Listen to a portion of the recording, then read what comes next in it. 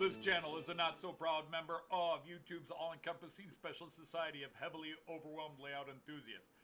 Check any railway show, check any railway club, check any layout, check your own house. You'll find one of us somewhere. Warning, the content of this stream is not suitable for children under the age of 16.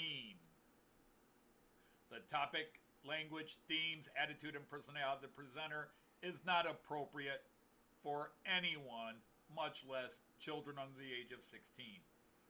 Topics discussed will not center on trains and will focus on anything except politics. It just happens trains are running. Any similarity between characters, situations, trains, and intelligent thoughts is strictly a coincidence. Any rebroadcast or transmission of the stream without the expressed written consent of Major League Baseball is strictly prohibited. Viewer discretion is advised. Remember the 3 rules for model train layouts and pretty much anything. It's your layout, do what you want as you want. Do not tell someone else what to do unless they ask you directly what they should do. Do not call out, mock, criticize, or insult another channel on your channel or anyone else's channel. Thank you for your cooperation. And see it, you'll love it, and it's all done in the best possible way. Hey everybody, happy Friday. Hope you're well. Anthony Dodge from Mile Train Outside the Märklin Outsider here for another Friday live stream. I hope everybody, all you knights at the rhomboid table, are doing well. Let's jump straight in with the greetings to catch up with all who are here. Welcome in Sir Aaron of Manshed Railroad, Sir Lee from Anfield Road Layout in the Loft, Sir JD from Grandpa Rails, Sir Andy, the hot dog pilot, Sir Carl from Bang Gotcha Junction just popped in. Sir Jean Ricard is here. Sir Joseph Agliato, Sir Dave of Kiwiland is here. Sir Dino of Model Railway Shed. Sir Peter Jackson is here from Cheadle Heath. Sir Randall Ellison is here. Sir Rayron is here. Sir Tim, nice to see you. Great video this week. Awesome. Tom Couples, Sir Tom is here. And Train Man is here. And that's everybody I currently have on my list. I'll double check and make sure nobody else has popped in. But now I'll pop my list over here so that I can see. Just a quick couple of call outs. Peter Jackson in here. If you haven't checked out his channel, please check it out. Subscribe.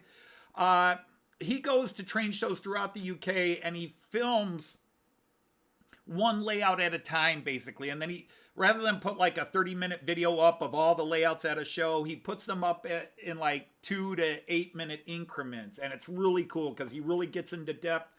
Beautiful angles, great videography in it. It's just awesome to watch them. And again, when you're pressed for time and you just want to see beautiful layouts, because he highlights the trains and the layouts, and since these are exhibition layouts, you know they're of really nice quality, give you ideas, or just appreciate the amazing workmanship of the people who run it, the quality of the trains being run on it, and the quality of the person videotaping it and presenting it for you. I say videotaping, even though who videotapes anymore?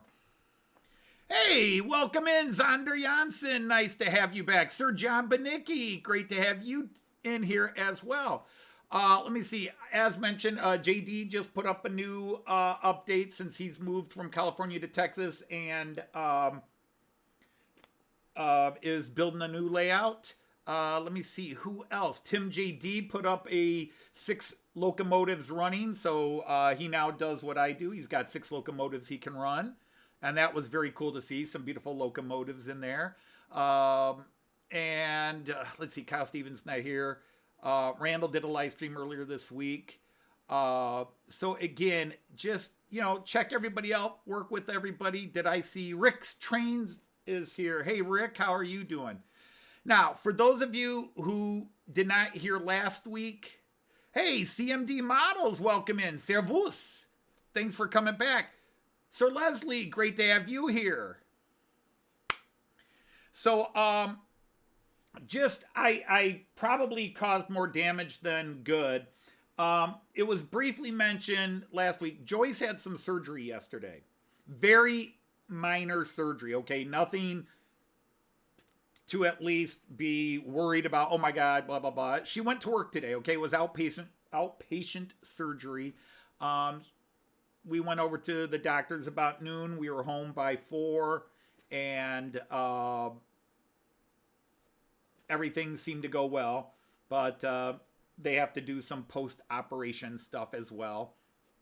And she could tell you more about that if she wants. If she doesn't, but she is fine. She went to work today. I assume she's going to come home dead tired because it was full anesthetic. It wasn't local. They knocked her completely out to do the surgery. But I will say it was, Joyce does not come out of anesthesia well.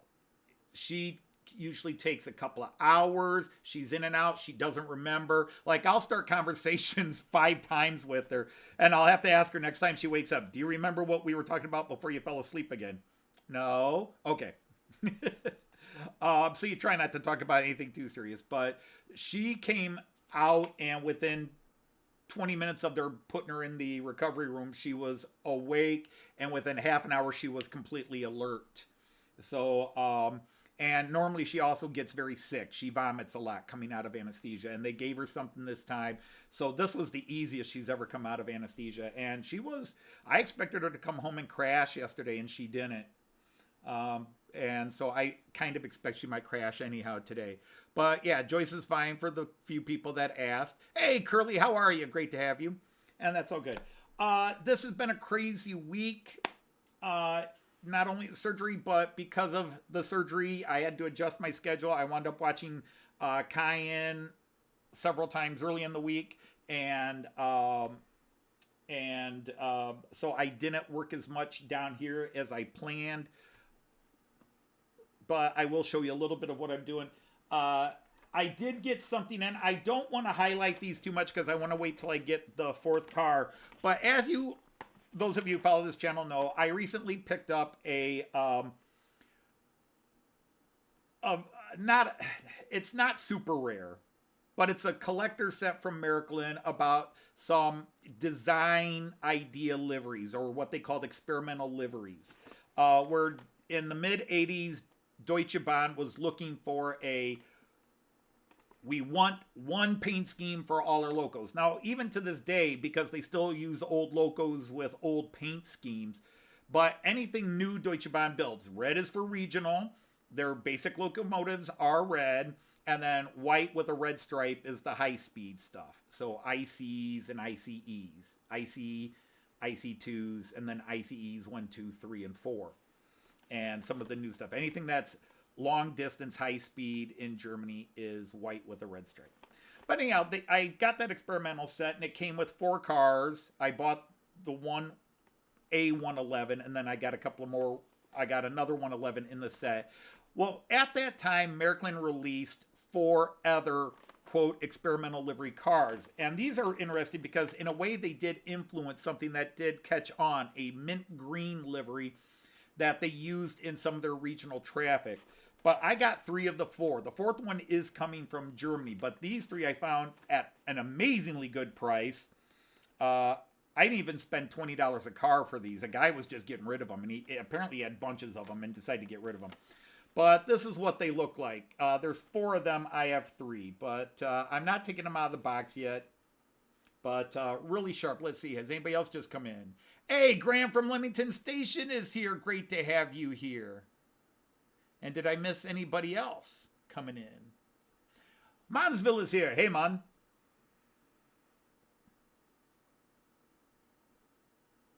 So there's that one. And then this one. And again, the FD for Ferndienst. Long distance service. So IC, intercity long distance. And then this one, the Citybahn, the Citybahn Express. So they were trying to come up with a uniform livery that would cover everything. And originally they were looking at, okay, this would be your ICs, your intercities, the Ferndienst, the long distance, maybe cross-border traffic and stuff. And then the Citybahn, okay, sort of like your regional. But they would all be one color. I don't have any models, but by the 90s, several, throughout Deutsche Bahn, you could see they had mint green double-deckers where it had a mint green stripe in them and that. So this kind of influenced a later variation is how I'll put it. It didn't directly lead to it, but I think it did influence that before Deutsche Bahn finally settled. But 3 really cool cars there. And that's all I picked up today. So let's go to what else I've been doing. The World of Fowler car. So what's the best one? Let's do Village View. All right, so if you look, you can see that whole area is painted gray now. You can see there's a bus, and what really is nice is from this angle you cannot see where I put the road lines in. You can see the road tape I'm going to put over the road lines there, but I'm not ready to do that yet. But I still now have to put in the motors and cover them. And putting them in and covering them is going to be a little different because I am now modifying the Fowler car system. But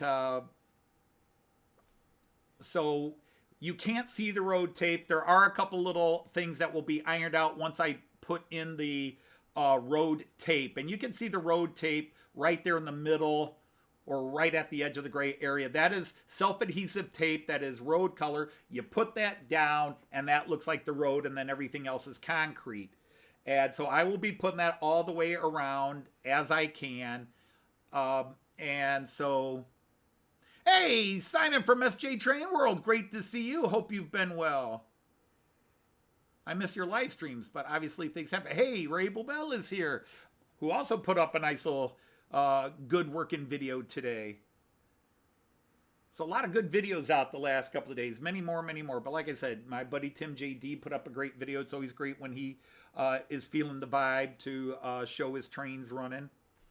And several other people there. Hai had a video today, which I watched and commented on, where he found a small issue with his little back and forth sort of, not really shunting, but, a little back and forth shelf display he built up, the automation, because the sensors pick up the bright sunlight coming through the windows, and it's been activating the sensor even when it shouldn't be activated. So be that as it may, he's come up with a solution to it. Now, one thing you could see is after I painted this, you could see my shaky hands towards the end got nasty, and I kind of nailed the walls of the Delmenhorst station. I still have that paint color, so I will go back and touch that up this weekend. And then I will be I will be putting the motors in. I'm hoping I will put the motors in. I tested the motors to see that they work. Not that they work with the car, just that they work, period. So we're definitely a step closer, but it's going to be interesting. It looks all nice and smooth here, but if I zoomed in, you would see where I've got these little manhole covers that mount the motors from underneath, and I have to fit those into some holes a little better. So there's a lot more to do, but I'm feeling good.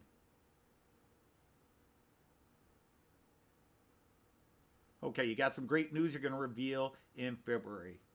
That's cool. So anyhow, bada bing, bada boom, bada bow.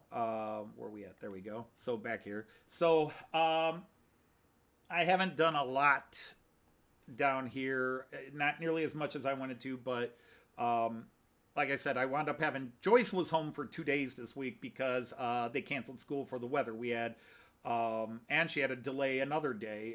They had ice storms 2 days in a row, so the roads were just dangerously ice.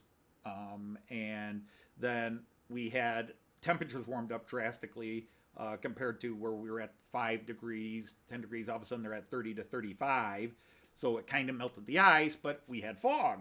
And so it was, you couldn't see out my front window. The fog was so bad on Wednesday morning. So Joyce wound up being home Monday, Tuesday, worked a short day on Wednesday, didn't work yesterday. Today's her only full day of the week. Yeah, it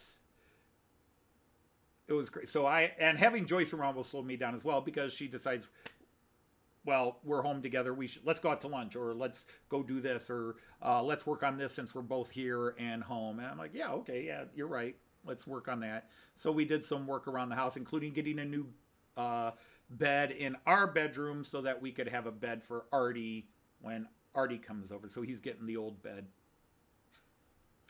And if you don't know the travails of Artie's journey, he's just having one fun adventure after another. I haven't even gotten the full story, but when he got into LA, and hello, Robert from Robert's Train Set. Sir Robert, good to see you here. Great to have you. And Andy from March West Junction, I saw. Great to have you here, who put up a great video of Jacob's running trains at the club. So good stuff. So you saw him at Amherst, yeah, because there's a live video right now, or at least it was live. Heath was live from Amherst. I have been watching other people's videos, so I just click in when I've had a couple of minutes to spare to see what Heath's doing when I've clicked on. I mean, last night he and Split Rock hosted, but Split Rock wasn't there, and I was just not really in the mood to pay attention to all the chit chat at the restaurant where Heath was with Dave from Sparky 107, and some of the people from the NMRA, and I forget who. Oh, they were with Bernard from Mini Prince. So a nice group of people.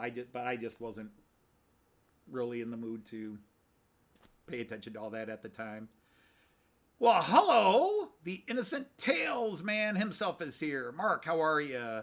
Just a short visit as you have to get up early. Well, I appreciate you even donating a little bit of your very, very important Friday evening here to us.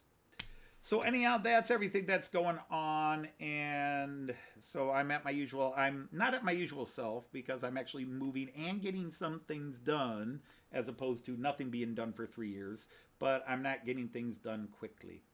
So anyhow, let's go and look at what I'm running today and get them in action. All right, today there is no real theme other than three of the trains you see here, the 3 mainline trains, are all trains that you would actually see if you were in Delmenhorst. So we have a class 146-2, one of the standard Regio locomotives, probably the main Regio locomotive, the 146 class. And it's pulling my group, that's by Märklin, and it just uncoupled again, so I'm going to move it ahead so I can move those cars. So, hand of God action. Why are you uncoupling? What's going on here? Every time I put you together, you uncouple.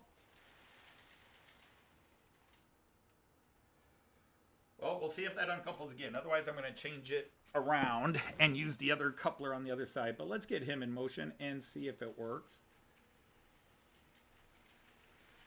I have a feeling that's going to be a theme today.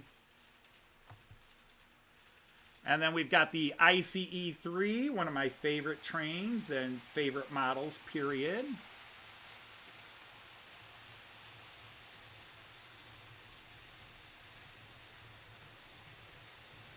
And then I've got a class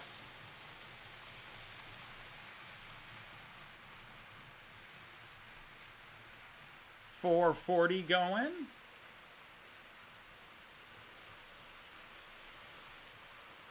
And then that new class 249, the dual power. I've got this one set up. Make sure I've got him going the right way. There we go. And he's pulling a rake of freight here.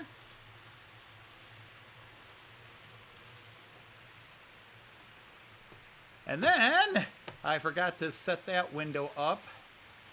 So I will set that up now. No, I did set it up. Yeah, what am I saying? I forgot to set it up.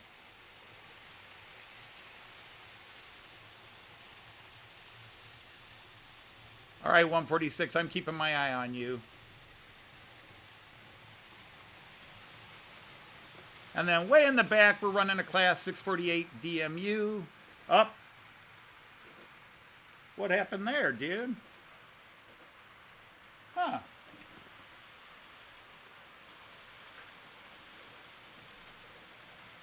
Come on, buddy. What's up? Huh.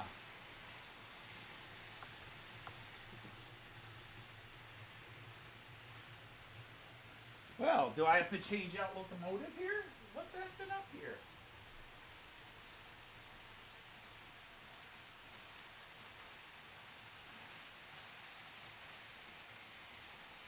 Alright, well, I'll find out later. We will just put you on.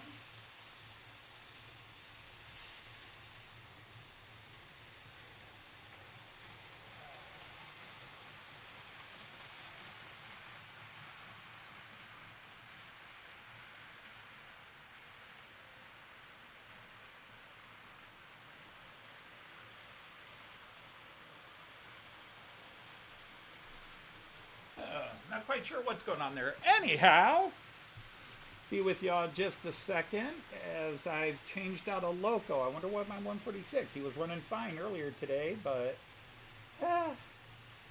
some days you have one of those days, right?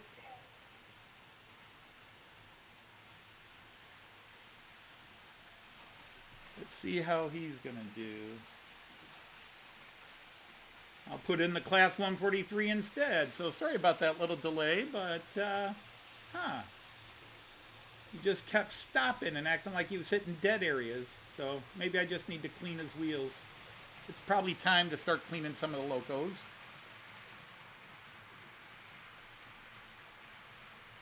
And once I got everybody going smooth, I will start cranking up the speed a bit on them.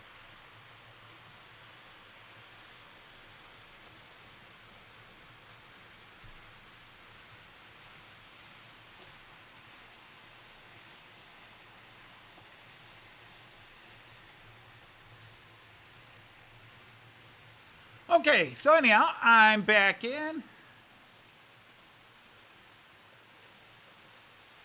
Oh, I always forget about the UK trains. I always got to get the main ones going, but I will not forget about the UK trains.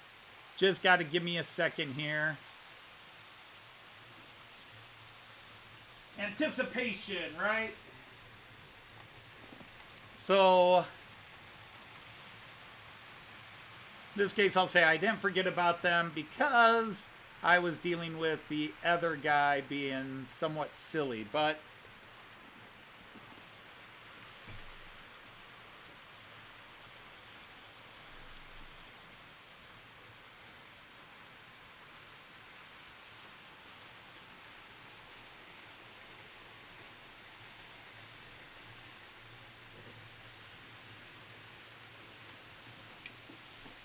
UK trains were running that class 73 singles from Liverpool.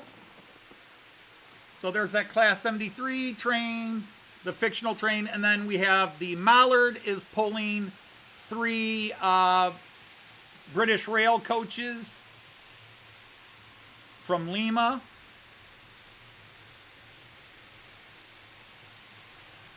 Oh, that's cool.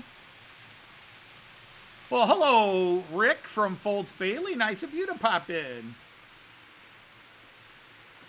More likely, Dirty Wheels. The 146 is my oldest locomotive. It's my wounded warrior, so to speak. It's one of the guys that got abused when my basement was redone, but just still runs. But yeah, he's probably ready for a little service cleaning more than the track. Because obviously the 143 I just put on is running fine.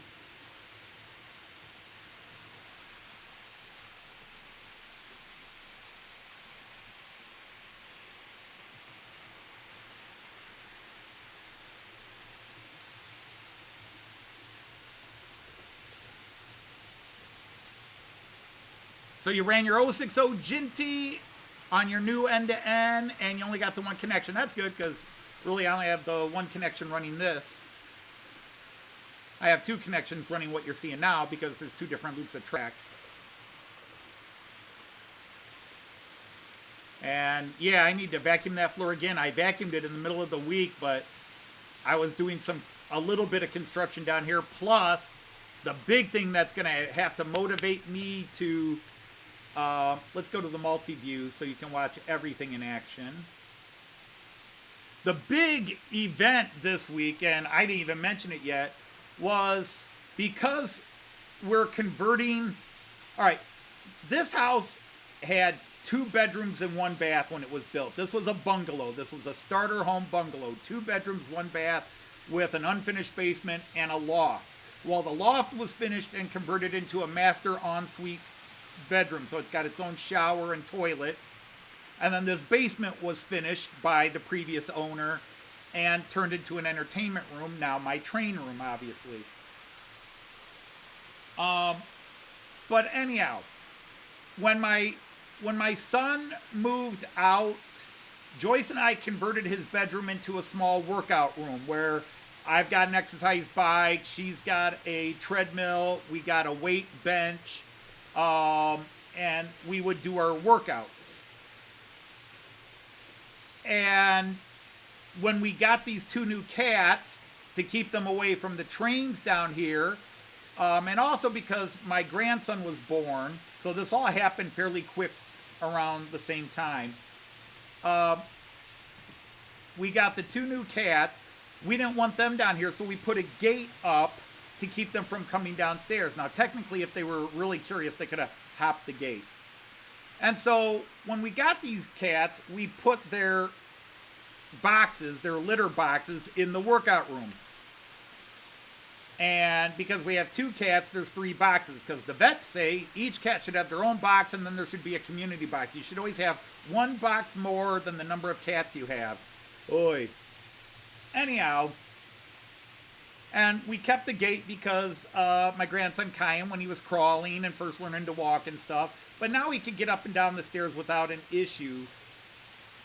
But now that we're trying to we're converting this workout room back to a bedroom. So Artie's going to stay there. So we have spent the last week scrubbing this room down, and, you know, the cats... Their litter boxes get dust everywhere, and we buy the dust-free stuff. But all you gotta do is look at the workout stuff, especially since some of it hasn't been used in a while, and it's just coated in the dust from the cat litter. And so I made the hard decision to open up these stairs and move the cat boxes back to where our old cat box used to be, which is in the room behind me by the bar, and let the cats have access. So the cats are now coming down here. And so the first day they were allowed down here, they got up on the table, and one of them clearly jumped from my main table to where all my ICEs and Railjet were stored, and took them all out, just knocked them all over. And this was late at night, so I didn't hear it. I just came down on Wednesday. I came down on Wednesday to start setting up for today's live stream to change my trains on. I just looked at my ICEs and I knew what happened. And so yes, I'm mad, but then I'm like, okay, we knew this would happen. Fortunately, there's been no evidence that they've come back up on the table. So I think they explored once and they've left it alone. They haven't even messed with the trains on the floor.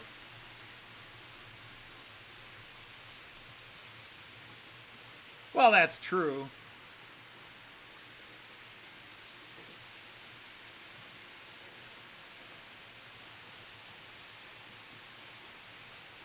The only thing I'm officially ordering from Märklin is the, what is it, the Desiro? Because I got the Twindex Vario, so I'm ordering the Desiro.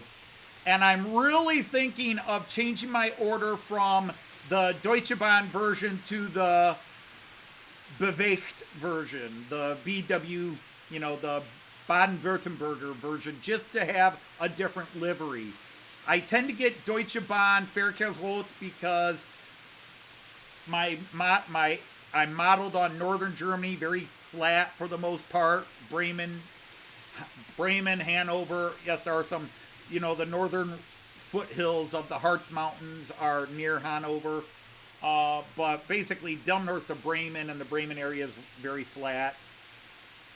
So I tend to get models, other than my Czech and Austrian models, that tend to be featured in that area. But that said, rather than just have another big red double-decker train, I'm thinking of switching to the Baden-Württemberger version.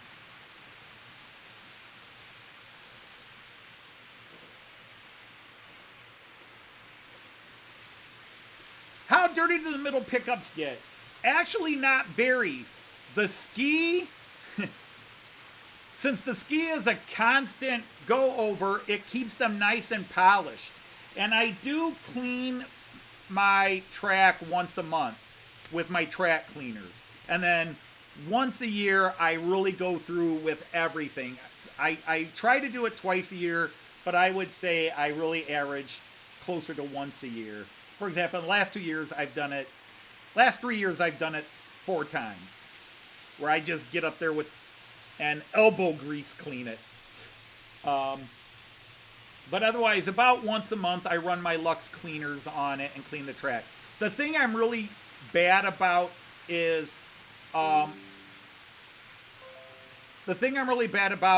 taking the cars off for as much as I run them. Now, by the way, I only run them the 3 hours on Friday.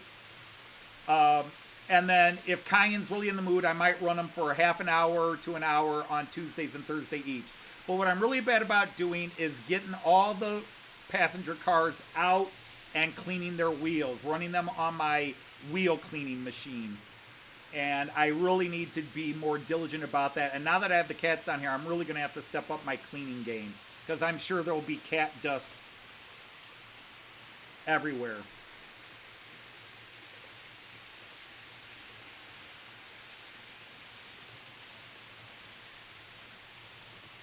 Hello, Christopher. Sir Christopher is here. Now, Brava released their new items catalog yesterday, or was it Wednesday? Might have been Wednesday. Brava did. A lot of cool stuff. Unfortunately, the thing I got most excited for wound up being an N gauge. I didn't notice it right away, and then I was like, why are they not offering this in AC? Everything else is AC or DCC, 2-rail and 3-rail. Why is it there? And then I looked at it and said, oh yeah, this is the N-scale section. But they're releasing a Twindex Vario. Brava's releasing the same Twindex Vario I have in Deutsche Bahn. They're releasing it in the Schleswig-Holstein, that greenish blue color, that bluish green, green blue, with the mint green accent color to it, which I do love. I would, if I could find those online somewhere, I would buy the hobby trade versions of the DoSto, the double-decker wagons, in that Schleswig-Holstein I don't know what you call that color. It's sort of greenish, sort of bluish with a gray, dark gray tint. I really don't know what you'd call that color.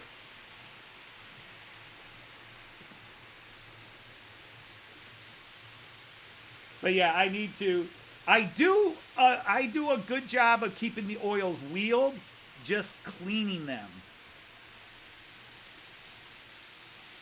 I really think at least once a year you should take your stock and clean the wheels, depending on how much you use it. Now, mind you, I do so much work keeping my track clean. The other thing I'm really negligent on is if I have an issue with certain locomotives, I am not as mechanically inclined with the motors. And if it goes beyond a basic diagnosis, I tend to just think I need to ship it out and have somebody else tune it up or fix it.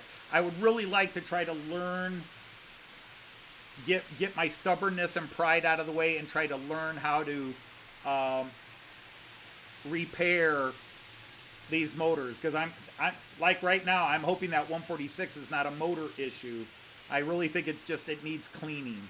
It was having the couple, actually it seemed like the coupler between it and the car behind it was not moving, so maybe I just need to oil the coupler, because I think that's what was happening as it was coming around the corners.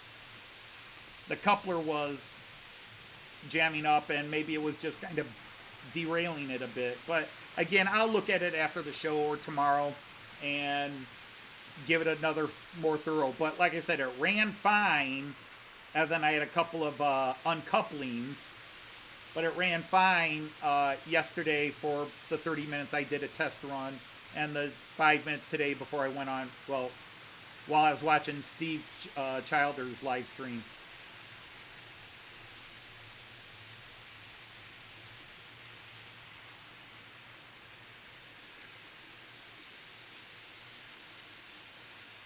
All right, Kiwi, thanks for hanging out with us for a bit. No, Ifo, the catalogs through Hornby they can be done in English. It wasn't an issue of it being French. It's just so little of it applies even to me, because I try to justify the thing. You know, if you look, I do the companies that do 3-rail. Although, again, the cars from Juif and Juif I know does some things 3-rail. And cars from Lima can go 2-rail or 3-rail. I didn't see anything to really make me add another video. Same thing with Brava. I mean, Brava definitely applies, but I tend just to do the big three, Rocco, Märklin, and Piko. And then I tend to... I won't say I ignore the rest, but I don't do videos on the rest just because they're not what I tend to look at. But yeah, if you look at their catalogs through Hornby, because they're on the Hornby site, it's the same catalog, but Hornby has an English page site, and their Juif catalog and their Lima catalog, their Rivarossi catalog are all in English, so that the language wasn't even an issue.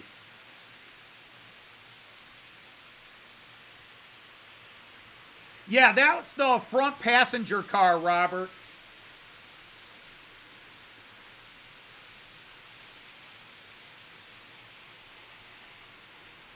So yeah, that is squeaking. So definitely, like I said, it's probably time I started cleaning the track again, but probably it's time to start cleaning and maybe oiling some of these wheels, because I've been using those Märklin double deckers a lot lately.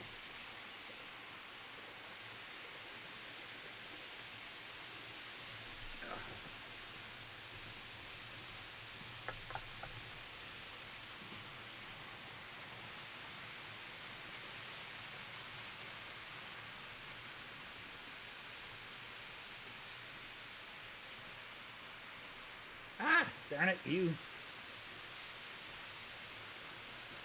But the squeaking is coming from this wagon right here.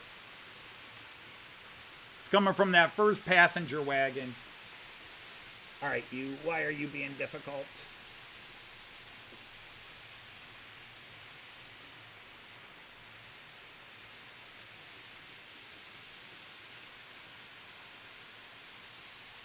Ah, well.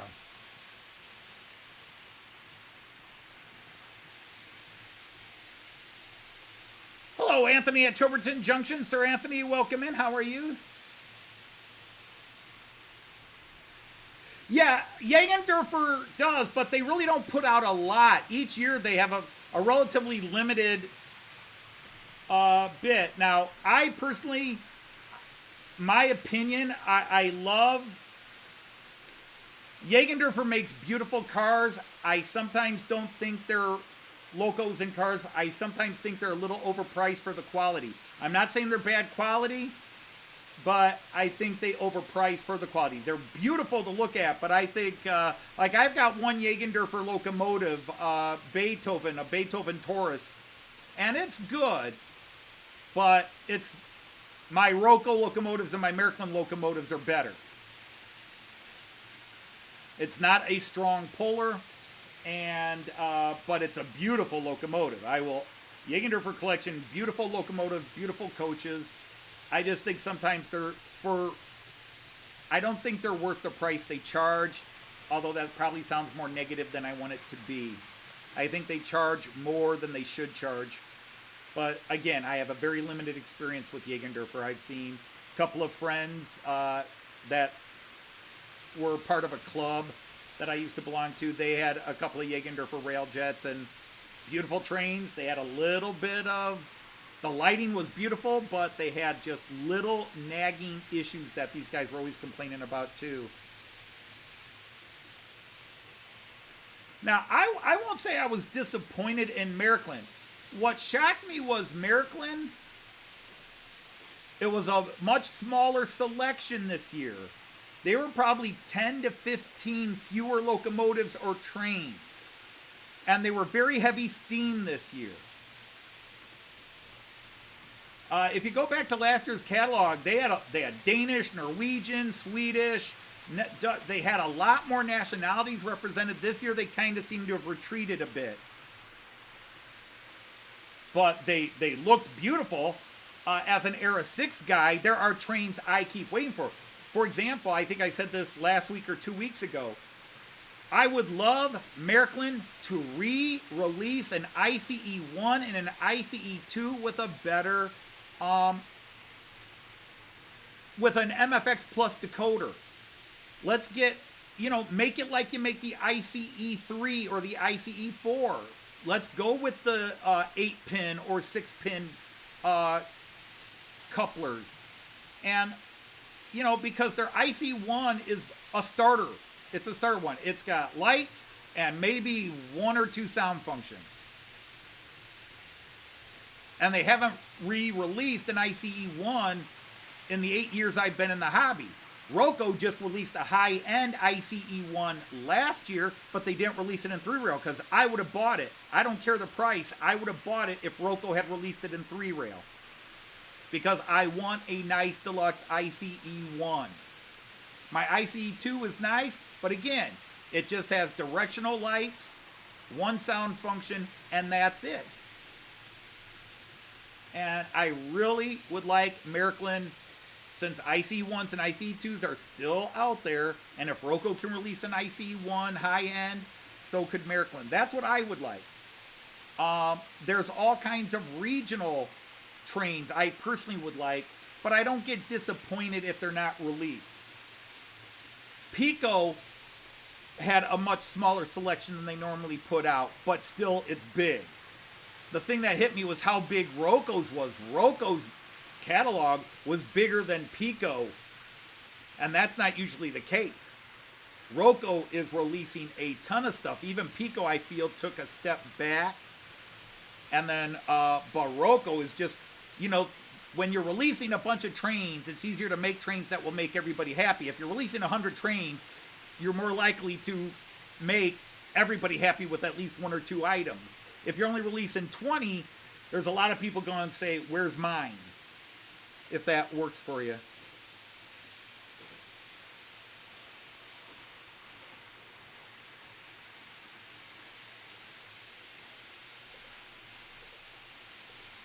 It depends on the type of dog, Monsville, because I've had dogs in my life that were jumpers too.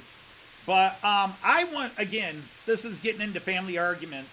I want, when Storm died, I was done with dogs. And when Sabina died, I was done with cats. And I'm not a cat person anyhow. And we went a year without pets, and I was thrilled. My yard looked the best it's ever looked, and wasn't having to pick up crap or empty the cat box and all, and have the smells around, worry about something getting chewed up. And then Joyce decided she was really missing Sabina and wanted cats. And she thought this time she'd get 2 cats so that when Joyce and I travel and my daughter's at work, the cats can keep each other company. And that has proven to be a disaster because I am not cruel to animals. I am not into animal cruelty, except when somebody else has killed them and I get to grill them. And that usually limits itself to some friend of the cow. Turkey and cow. That's what I eat. I don't really eat chicken, and I don't really eat pork except when I'm in Germany. But turkey and cow I eat a lot of. But be that as it may, I hate these 2 cats. We've had them for 3 years now, and they still are antisocial. They're friends with Joyce. They will come up to Joyce now and then, but it's very one way. Pet us now, we're done, goodbye. We want nothing to do with you. We are not here to hang out with you. I just have an itch, and I want you to take care of it for me right now. And my daughter has intermittent success with them. But overall, yeah, they're just unfriendly cats. I've never done anything to them except feed them and, try to keep them from getting killed. And they must have been abused by a male previously, because they're 6 years old now. We got them 3 years ago. They were 3 years old. They were rescue cats, and they had lived at least a year and a half feral. And their previous owner was a man who died. And so we got them from a rescue place. One of those places where these cats will be gassed next week if you don't take them home. And Joyce and I are suckers for that kind of guilt. But, yeah, I'd like to be done with cats. Because we just have bad luck with every pet we've had has been lovable except these 2 cats. But they all need special nutrition. They all need expensive medicines. They all need, and I'm just like,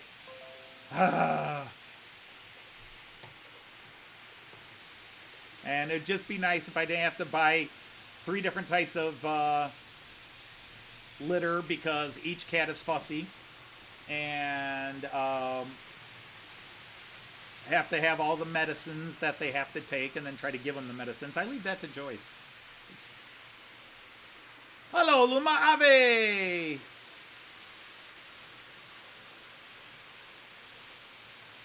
And I saw Damien Laffer came in.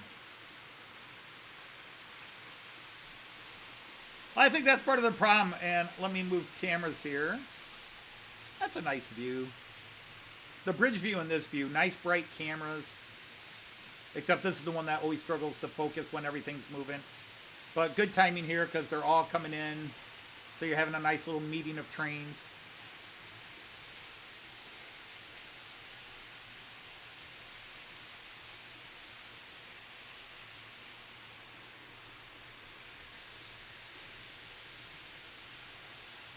But I have...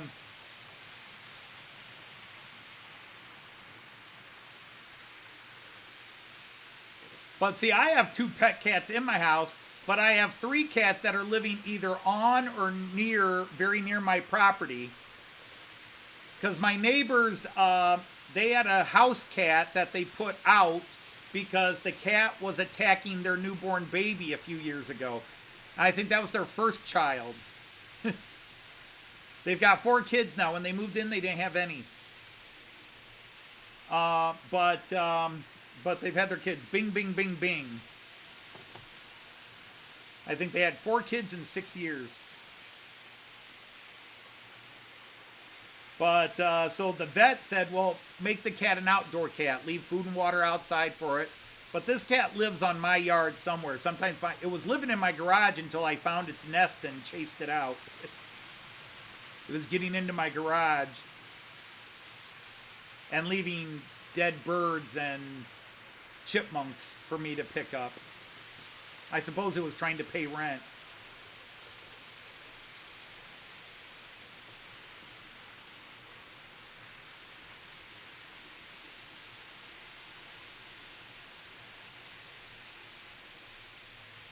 Yeah, Siamese can be very temperamental, Randall. They're beautiful cats, but yeah, they have a reputation for temperament. I would love a beagle, but beagles need to run, and beagles like to chew. So that combination in a small house with a small yard was not going to go over very well. I don't have the lights on the 143, so let's get his lights on.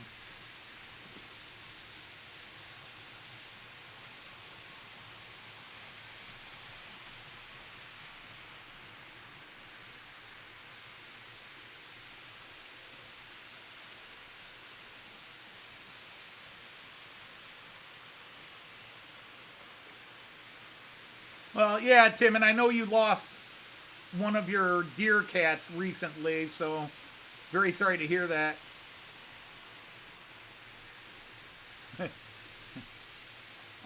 Yeah, like I said, I've got 2 cats in the house, and at least 2, and I think 3. Hopper lives down the road, but he's around my yard all the time. There's Ricky is from next door, but lives somewhere behind my garage, or in various bushes in my yard. And then there's a third one that's, because my 2 cats are black. Molly and Minnie are black cats. Almost pure black. The only way you can tell them apart is Molly has a little white tuft of hair right here on her chest. Minnie has a little bit of white on her belly, and Molly has a little bit of white on her belly, but the only way you usually tell them apart, well, there's 2 ways to tell them apart. Molly has a little white tuft here, but the other way you tell them apart is by their eyes.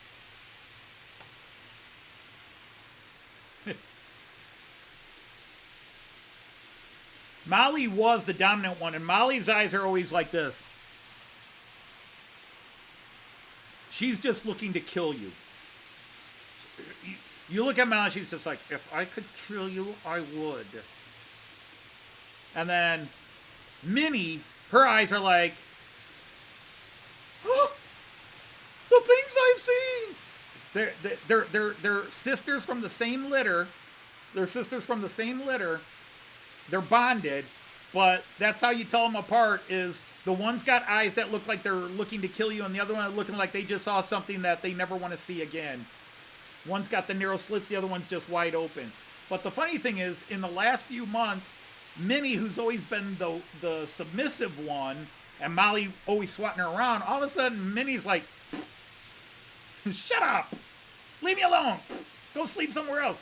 And it's like, Minnie is smacking Molly? So all of a sudden, the runt of the litter is now asserting herself, and I think that makes Molly even more aggravated because, like, my little sister is fighting back now. What the hell?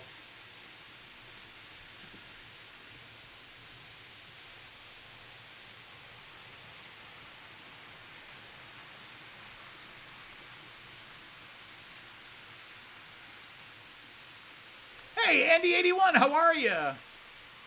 On break at work. Yes, shift work does destroy social life. You had a beagle that never chewed anything up? You lucky, lucky man, Rick. I've never had a beagle in childhood or the one beagle we had as an adult that did not chew everything up. When they're puppies. As they get older, they stop. But when they're puppies, oh my goodness, they like to chew, chew, chew, and chew more. And they got sharp little teeth. Beagles and German Shepherds are my 2 favorite dogs.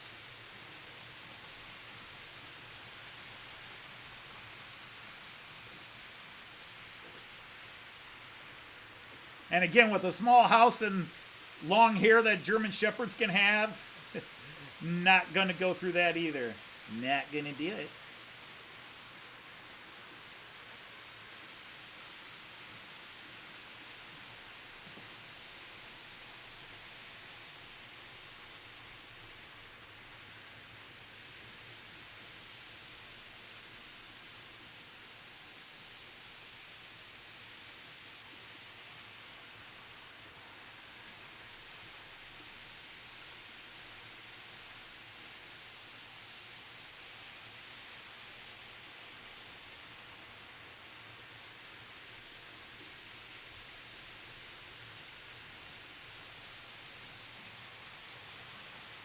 Where I live, it's against the law to bury the pets on your property, but we've got, about 8 hamsters, 3 guinea pigs,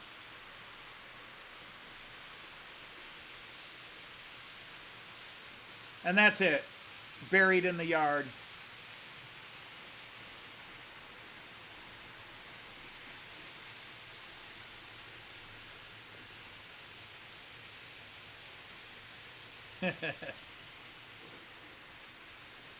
That's right, Robert. Beagles are good good model trained dogs because they chew, chew, chew. I like that one.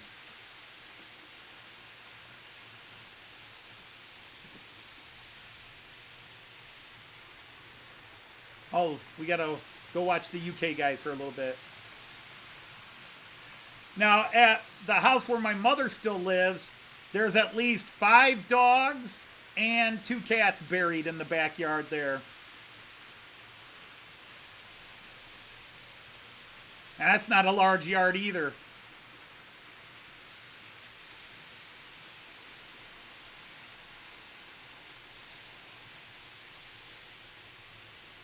Rabbits are the one pet my kids never had. At one time we had a quite a part of the food chain in my house because we had fish, hamsters, guinea pigs, birds, dog, and cat all at the same time.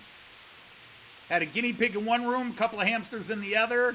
I had 2 55-gallon fish tanks plus a 29-gallon fish tank.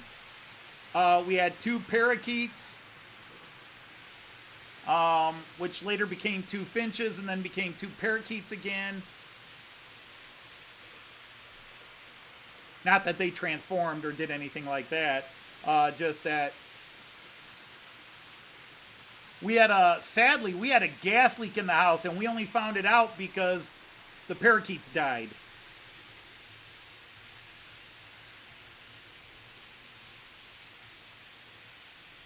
Found out there was a small leak in a gas hose from when the guys installed did some work on the gas line when they installed the new HVAC system.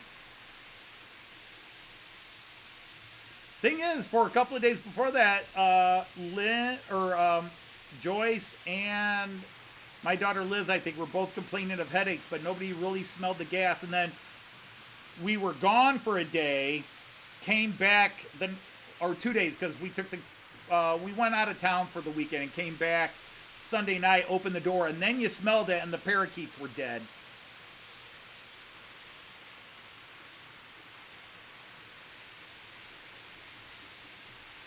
Oh, Rick. There's only a couple of things in my life that will truly melt my heart that at least I can talk about publicly. The bark howl of a beagle is one of them. I become a 5-year-old and giggle whenever I hear a beagle howl and bark. Oh my God, they're so beautiful. I love that sound.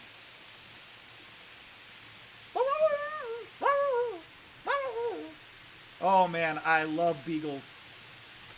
And that's how, because Joyce wants a dog. Joyce wants a dog. So she keeps saying, she keeps looking, well, we could get a beagle. We could get a beagle. And I'm like, there's no way I'm going to bring a beagle into this small house with that small yard. They need space. Although I grew up with 3 beagles in a house, not any bigger than this. Not much bigger, in a yard a little bit bigger than my yard. And what happened? They both got hit by cars because they needed to run, and my mom would let them out and just let them run the neighborhood because the beagle needs to run. They know where home is, and they always came home. But we had snow one year, and so instead of walking on the sidewalk, the beagle had to go out to the street, and a car hit her.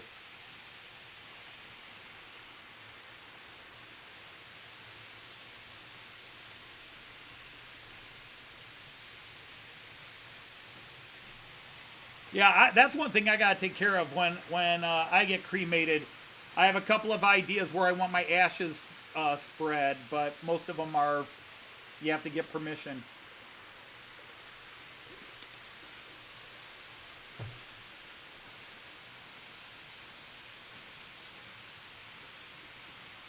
Oh, the Husky was stolen. Hello, Raymond, and that's sorry to hear.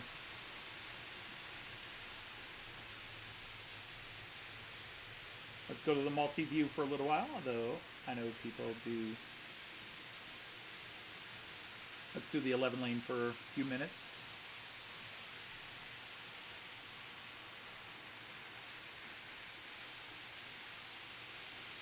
Wow, we got a crowd here. I was expecting a low turnout today because of the live feeds from Amherst and also the number of people that were going to be at Amherst, but nice crowd today. Thank you all for showing up and donating or wasting part of your Friday with me. But our two dogs have been, our two main dogs, the two last dogs we owned were mutts. Because Joyce and I very quickly, instead of buying purebreds, we'd go to the shelter and buy rescue. And we just looked around until a dog hit us in a certain way. And we were lucky that way. Our dog Lucky and our dog Storm.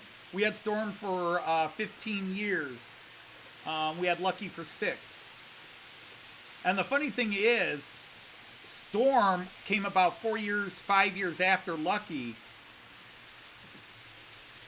And we got pictures of Lucky out and realized that without even thinking about it, Storm looked a lot like Lucky.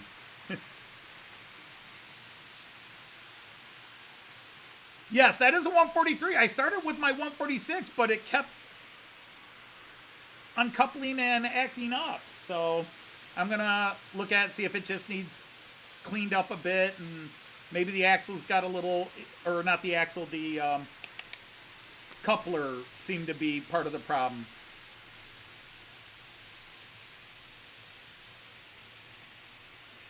Having a proper run. Yeah, every now and then I like to let the long guys, the shorter guys get the full circuit, really air it out.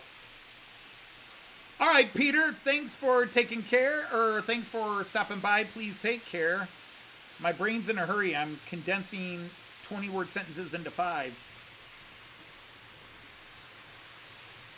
But see, here's the funny thing. One of the influences doing a live stream has had is now I don't always run Steam, because I know a lot of guys would like Steam. But I do now usually try to include freight. Every now and then I decide I have a theme and I won't run the freight trains because I want to get all the other trains out for my idea. But otherwise, I now try to have at least one freight train running. Artie, I believe Artie's still 2 weeks away. Almost 2 weeks. All right, Robert. Hey, it was great to see your video. I watched it. I just haven't had a chance to comment on it. It was great to see you posting. I know you finally got to. Weather over there really dictates. I'm spoiled that I'm in climate controlled, humidity control, but it was great to see you posting again today. It was even greater to see you in the chat today. So take care. Have a great evening and rest of your weekend.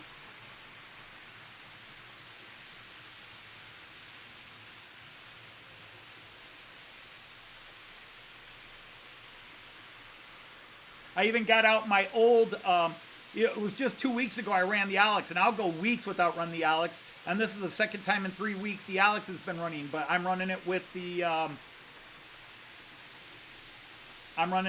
old Piko locomotive and not the Roco Loco.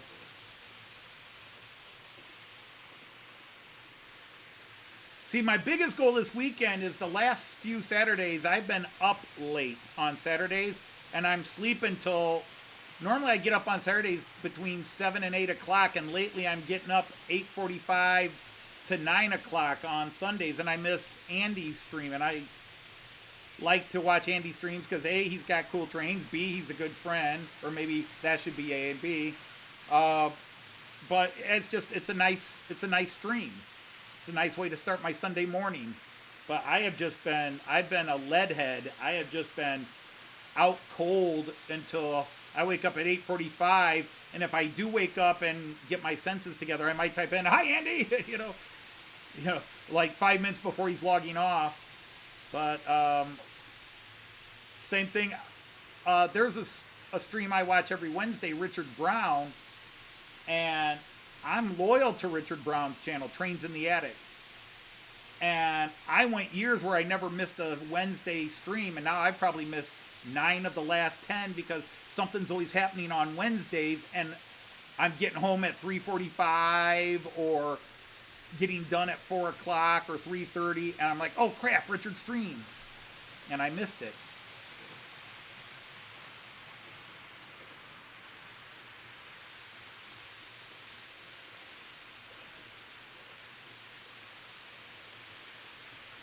But it's the thing is, there's so many people streaming. I thought, we had everybody streaming with COVID. And then when the world started going back to normal, a lot of people, of course, couldn't keep their channels up and reduce their streaming. But now, again, in a positive, I want to keep this positive and not see it as a negative. Despite some mentions of doom, there's more channels. There's more model train channels on YouTube than ever, and more people are streaming. Now, granted, there's a few channels that I've watched stream for a bit and then I stop watching because their goal is clearly their goal is to make money. They're going to be the next greatest channel on YouTube, and it's not even so much the joy of trains as it is the trying to get recognition and build up. And you've got other people are live streaming 7 days a week, going on all times, day or night. And there's a part of me that first gets really upset, like, how dare you? This is your 7th stream this week. And I'm like, why should I care? There are some things like that upset me for about 10 seconds, and then I just go, why should I care? If somebody would rather watch a different live stream, then choice is awesome. So I'm not upset. Like I said, I have a split second of upset, and then I realize it's just stupid to be upset. The worst thing is I have people that live stream that I love to watch 2, 3, 4 times a week, but they always go on when there's somebody else's show I want to watch. I was like, they're only on once a week. I'll try to catch one of yours later this week.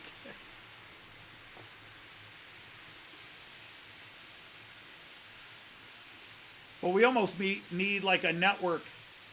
A lot of channels do that. Like Hi does that now. Sidetrack Sunday used to do that. Several channels used to do that. My old friend Chris Whittingham, rest in peace. He used to always announce all the live streams through the week. But man, you can't keep up with it anymore. At any given time, there's 5, 6, 7 just in our hobby. Hey, Andy Dobson's here. How are you? Sidetrack Sunday is about to hit a milestone. They're about to have their 200th live stream since they officially became Sidetrack Sunday. And then next week will be my 200th live stream. Well, actually, it won't be my 200th live stream. I've done like 220 live streams, but next week will be the 200th model train, the Outsider Insider, as this show is officially called, the Outsider Insider. So let's go to the multi-view for a little while. Hi is trying to maintain the agenda. Oh, it's almost impossible. You wind up just kind of, trying. Hi definitely, he's probably subscribed to all of them, but it's just easier to just keep to the channels, the shows and watch. There are channels where, I know some live streams, but I don't watch them. And again, that's not a negative. I just busy at that time or have other things I'm doing. Like anymore, I kind of devoted Tuesdays and Wednesday evenings to no live streams. And one of my favorite people that I've known for years on YouTube, Heath, used to be on Tuesdays and I was always there, and now he's on Wednesdays. And it's just Wednesday has always been, that's the one day, sort of, I won't say it's a promise to Joyce, it's just sort of I can't be watching live streams 24/7. I need to get off YouTube at times. So there are time periods I now set aside no YouTube. And so unfortunately there are certain live streams I've given up watching just because that's my time period. Or, there are two that I still interrupt everything to watch if I can. Like, I will always watch High, and I will always watch Donegal Dad. Donegal Dad's on Thursdays. And I watch my grandson Kyan on Tuesdays and Thursdays. High live streams on Tuesday. Mark, Donegal Dad, live streams on Thursdays. And I'm like a little old lady. I was like, Kyan, my show is on. Do not interrupt me. Here, what do you want to watch? You want to watch Bluey? Do you want to watch Blue's Clues? Do you want to watch Thomas? Whatever. But for the next hour, I'm watching my live stream. And I might get 45 minutes. I will say this. He lets me watch Mark longer than he lets me watch High. I don't know why, but I get about half an hour to 40 minutes of High in, and it's over. I can usually get 45 minutes to an hour of watching Mark just before Mark ends, and then Kai has decided Opa has ignored him long enough.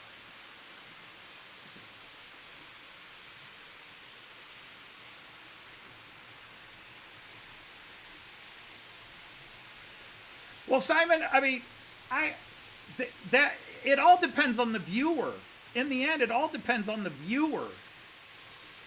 What content do I have? I don't build anything. I just run my trains and I babble. And yet I've got a very loyal, amazing group of people that come here and spend part of their Friday evening with me, including you. I don't feel I offer any content. I just run my trains and babble. And, people, I will talk and read what people are talking in the chat. And if I'm not saying anything interesting, then the chat usually comes up with stuff. And then I'll start following what the chat's talking about. But there are live streams I love where the person just sits and I don't know what, if there's any real content. And then Artie and we co-host our Saturday night stream. Artie usually has a plan. Sometimes he doesn't have anything because he hasn't been able to do anything all week, but there's something he wants to show us or talk about. But a lot of times we'll be talking 5 minutes before we go live. Because we talk about, what have you got for the show? And Artie's like, nothing, I haven't really worked on the layout. And I haven't gotten out of the house or whatever. And okay, so it's just going. So it's like I'm going to put the invitation up and let people come up and just chat about whatever. But my goal on Artie's stream is to wait for him to give me an opening and then interrupt everything.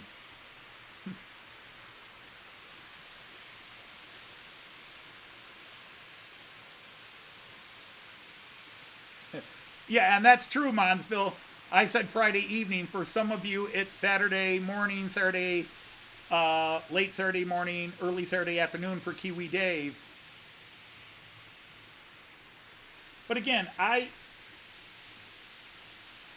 say it all the time. I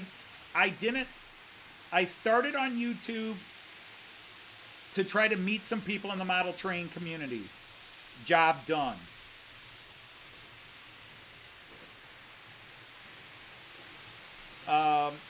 I started live streaming because a couple of friends that I followed deeply stopped live streaming. And originally I think I was doing like Wednesdays or Thursdays, and then I went back. I was working from home for a while, and then when I had to go back to work, well, the best time for me to live stream was Friday after work. So the Outsider Insider Live was originally middle of the week, early in the afternoon.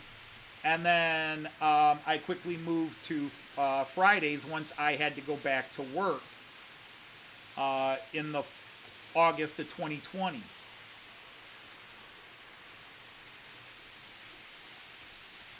All right, Evo, good night. Take care. As always, thanks for being here.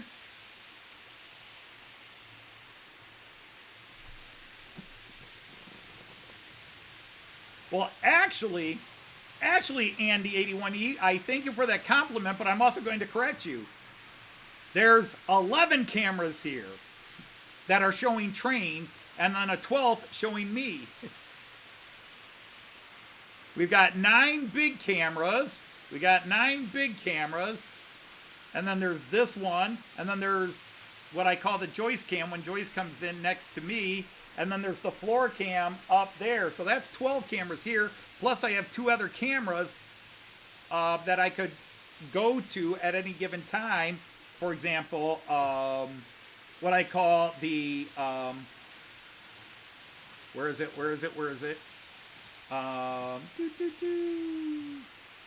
The mobile show cam, that's this one. This is the cam I use to make you all sick, but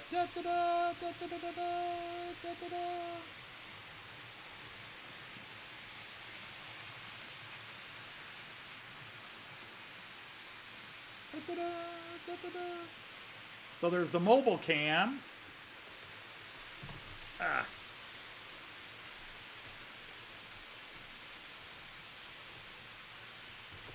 There. Look down Bahnhofstrasse in Delmenhorst.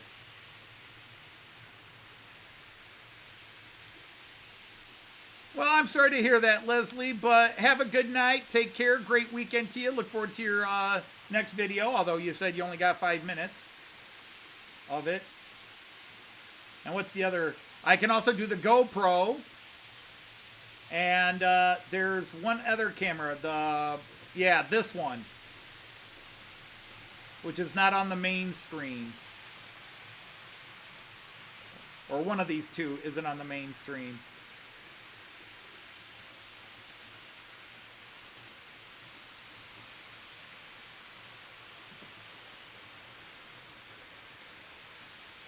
So when you add it all up, I have 16 cameras, but there's 12 on this screen, and I could add 3 more, and if I have the GoPro on, I could add that one. Hey, Kieran's here. Hello, Kieran. Yeah, well, that's what, Monsville, when Joyce and I are in Germany or even the UK, we're there in June when the sun is rising 4:30. That's why the thing in Germany are those big, thick metal shutters. You can make your room midnight dark at noon if you put them all down and completely close them. I love those things. It's a very German thing.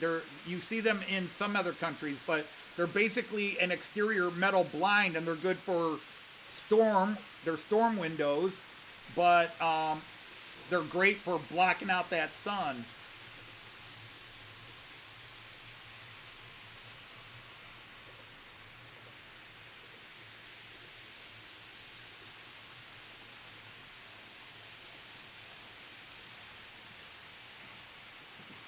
Yeah, the major construction projects, Ray, sometimes they get you down, but other times they remind you how much you do love running trains, because you got to get that done so you can run your trains.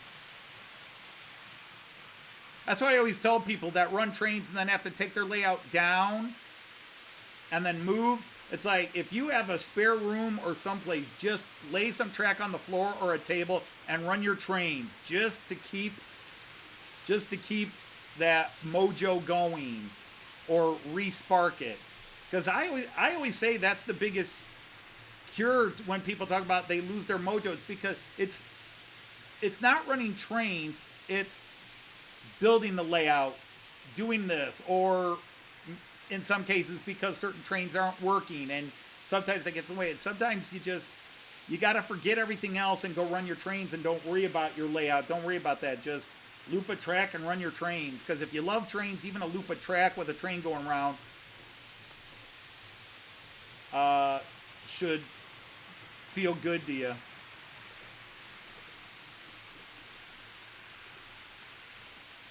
Oh, you're off to Switzerland. Oh, and you're going to ride the Regio. Nice. I would love to ride the Glacier Express through Switzerland or any of the Regio bonds, the Russian bonds. Switzerland is beautiful. Joyce and I were in, not Zurich, Basel. And two things hit me right away about Switzerland. Wow, is it expensive? And B, the local Swiss, in some areas, not friendly.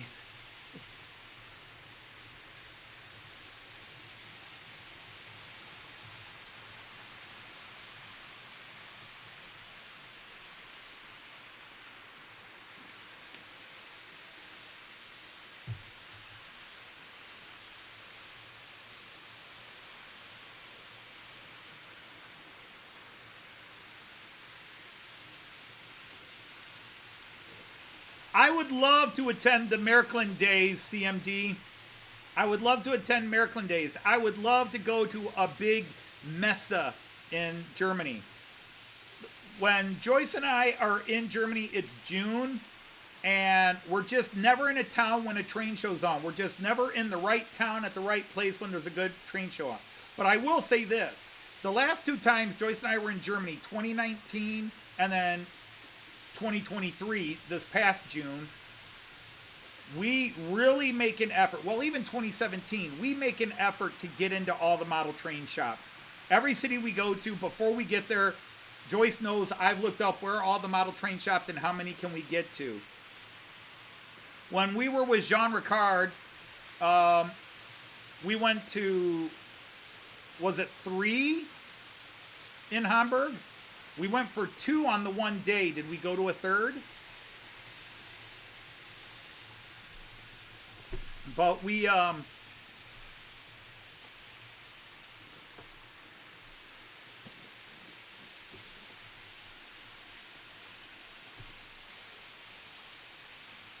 it's one of those things that's on the bucket list. But the thing is, when Joyce retires from work, and she's looking at retiring after the 2025-2026 school year. And after that, we're going to look at traveling at other times of the year, because Joyce wants to do a trip to Germany like the first 2 weeks of December. She wants to see Germany in winter, even though technically the first 2 weeks of December are fall and not winter. And if she could catch it in snow, but the biggest thing is to catch the Christmas markets. And obviously they're all huge tourist things, but she still wants to do that. And I think would be cool too. Like, we would go to Germany the first 2 weeks of December, come back, and then do Christmas with the family on Christmas Day. Well, yeah, if you don't get a job there, Randall, go. I would love to do the Märklin Days, and they do them a couple different times a year.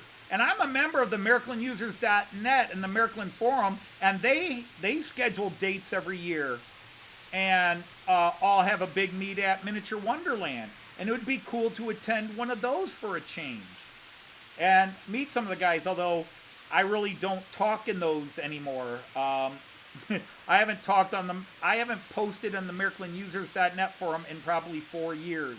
I still check it out, but I don't really talk to anybody, and I haven't posted. I don't talk to people on there. I don't respond. I usually pay more attention on their Facebook page now, but the web page itself.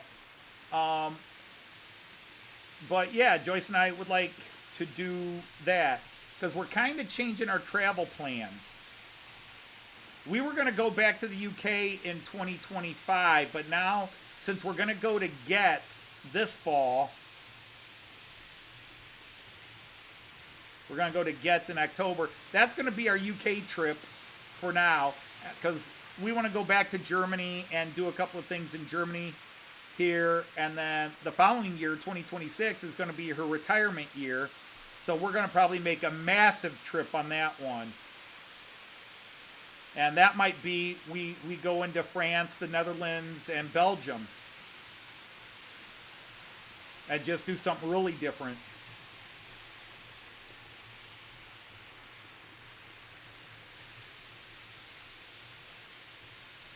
Yeah, for years it was like that for me, Randall, there's so little action for train shows. There's so little action for train shows and every time there's something that's going on locally, and I would say to Joyce, hey Joyce, there's going to be this show 4 weeks about an hour and a half from here, and I'd like to go to it. Oh, okay. And then her family would schedule something, or she would schedule something, completely forgetting I wanted to go somewhere that date. I can't tell you how many times just in the last 3-4 years, Joyce comes to me and says, honey, the families decided we're going to have a get-together on Saturday, the blah, blah, blah. And I was like, I had a show I wanted to go to on that day. Well, that was the only day we could all get together. Everybody else had something going on other days. I was like, you had something going on one of those other days too, or at least I did. All right, Andy, time to drive a train. Take care, my man. Thanks for stopping in and hanging. Yeah, and see, I've had a job where I didn't, for the last, well, I'm retired now, but obviously for the previous 36 years, I had a job where, except for when I coached sports, I didn't have to work weekends. But most of those years I wasn't into trains, but I did toy shows for years and years, comic book and toy shows. And I had friends in the comic book show world, and we would get together and go. Joyce would go.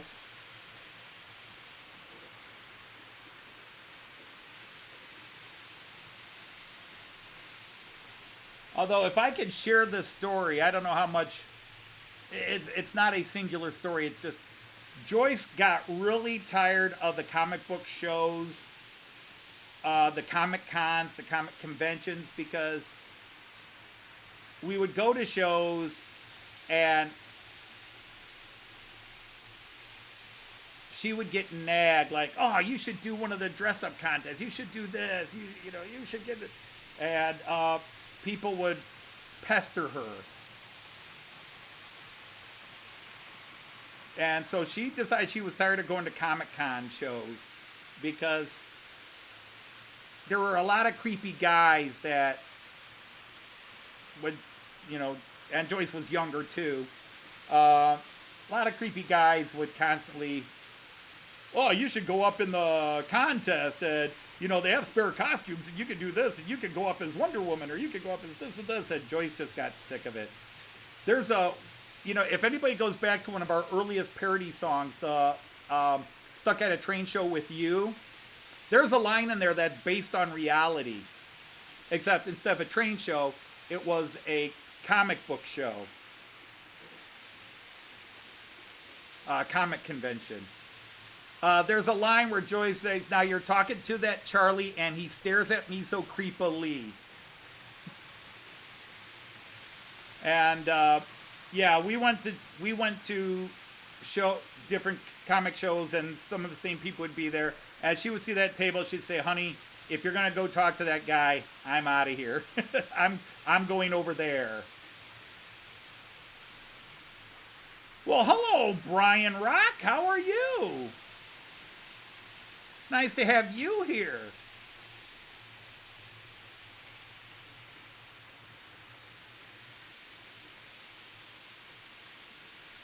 I was just watching a recent video you did. Yeah, Damien, and sadly it happens. And Joyce, being a woman in a hobby that is overly dominated by overly testosterone men, Joyce doesn't put up with that shit very. Joyce does not like having things mansplained. She's an intelligent person. She understands things. And like the one club I joined, it was about trains, but we never ran trains. We didn't go to a club place because they didn't have a clubhouse. They just had a club get-together, and everybody had a module that when they went to shows, they would put the module together, but they didn't have their own little clubhouse. So the club would meet once a month, and it was just a lunch meeting, and people would talk about travel trains. Sadly, they would talk a lot about politics, which was annoying. And a lot of just these But Joyce would sit with me. Because usually the wives didn't come, or if a few wives came, the wives would sit together and talk. Well, Joyce does not like to sit with the ladies and talk about shopping and shoes and the stereotypes of women. Joyce isn't into that stuff. She'd rather talk sports and travel, and so she'd sit with the guys. And the guys, the wife's table is over there. A lot of them were old Germans and European guys. You know, go sit with the women. Joyce didn't want to go sit with the women.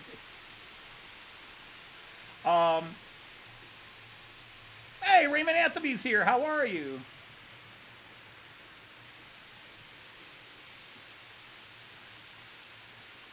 All right, we are very sorry to hear that, Brian. So, yeah, we all send our best wishes and heartfelt. We just got done with that last year with Joyce's brother, who had ALS and was on the fast track. So from diagnosis to grave was 3 years. And for the last year, they were saying he's got a couple of months. Hey, Lord Al is here. How are you doing, Lord Al? So very sorry to hear that, Brian.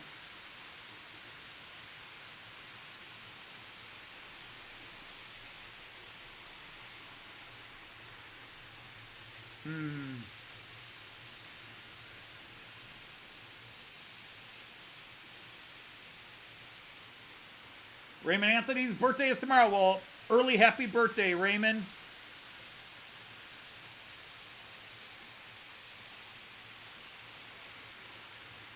So, you know, and Joyce can talk sports, especially baseball and football, with any man. Joyce can hold her own. Joyce was an athlete. She was all city in basketball and track when she was young.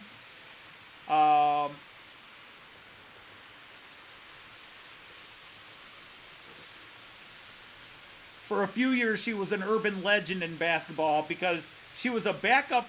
She was the sixth player on her high school basketball team. She rarely started a game.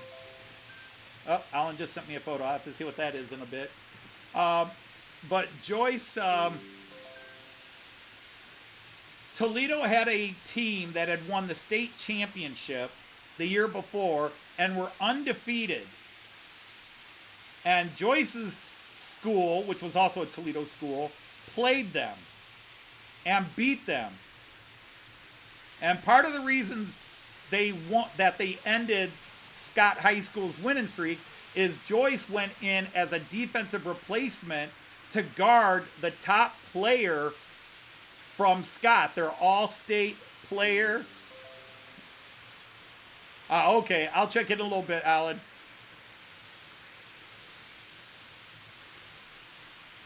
And it was at Scott, that's the name of the school, Scott High School in Toledo, Ohio. And they were defending state champions, which is a huge, I mean, that's one level below national champs. They were state champions, and the year before, and the team was undefeated, like something like 16-0, and they were playing at Scott's place, and Joyce came off the bench because of an injury and started guarding their all-state power forward, the number 4 spot in a basketball, and Joyce shut her down. And Joyce really shut her down because during one play, the girl was charging and was getting frustrated that Joyce was shutting her down. And she had the ball, and instead of going to the rim, she kind of went at Joyce. Joyce braced and basically hip checked and body checked her off the floor and under the scorer's table.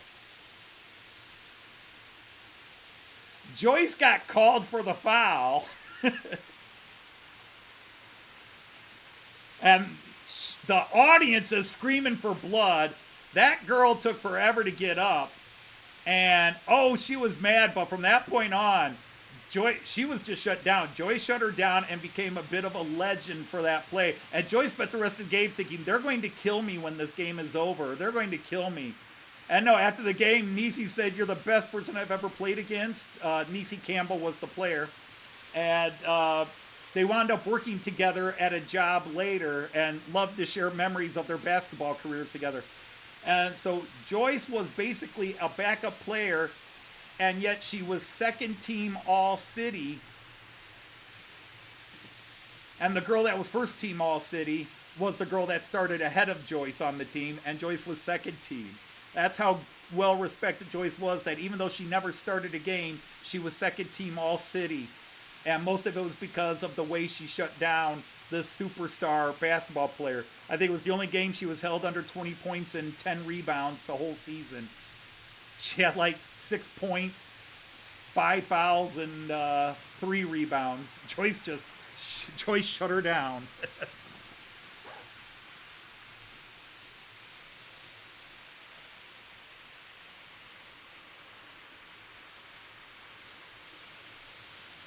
No, unfortunately, Brian,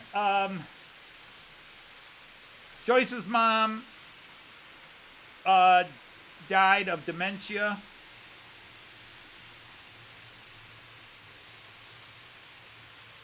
She had a combination of illnesses, Alzheimer's and dementia, and lost her there. Hey, Ewan, how are you? I just lost the other of my best friends a year ago, just over a year ago now. Prostate cancer that spread everywhere. Liver, colon, everywhere, but it started as prostate.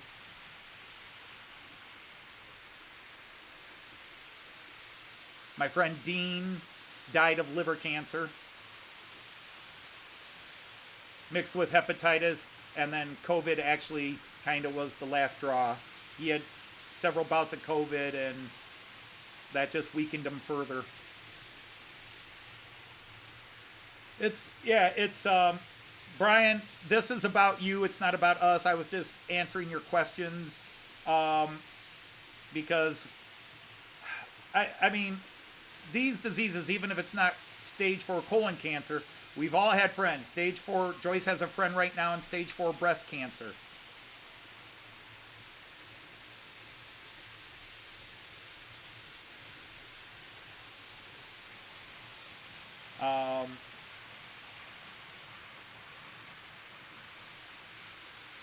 It's just, there's no pick-me-ups, there's no... And Brian, I'm going to say something very serious here, and people will take it the wrong way. But I say it because you will go through it.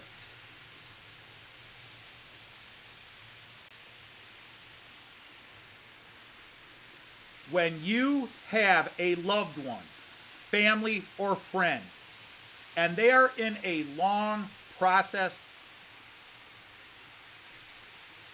let's call it what it is, death sentence. Stage 4 cancer, whatever it is. As it drags out, as it goes on, you want to hang on to that person. You want to hang on to that person. But like with Joyce's brother, he was so miserable. He had ALS. His body just stopped working, but his brain was completely functional.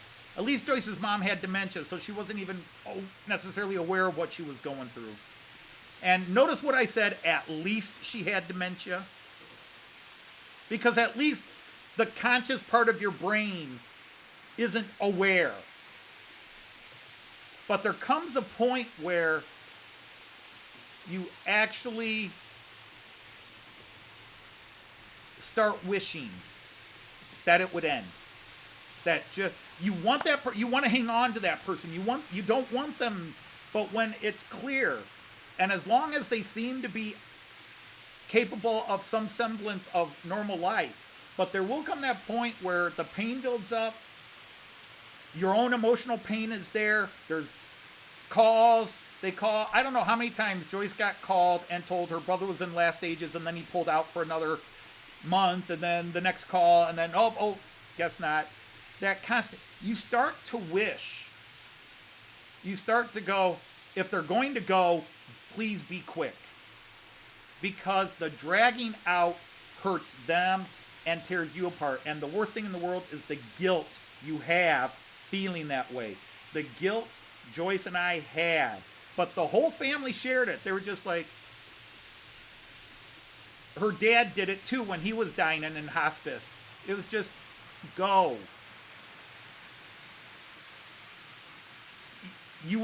The pain will end. The misery will end. We'll move on. We will miss you. But go. And some people listening to this right now are going to say, I'm the most horrible person in the world, unless you've been there. And then you understand exactly what we're saying.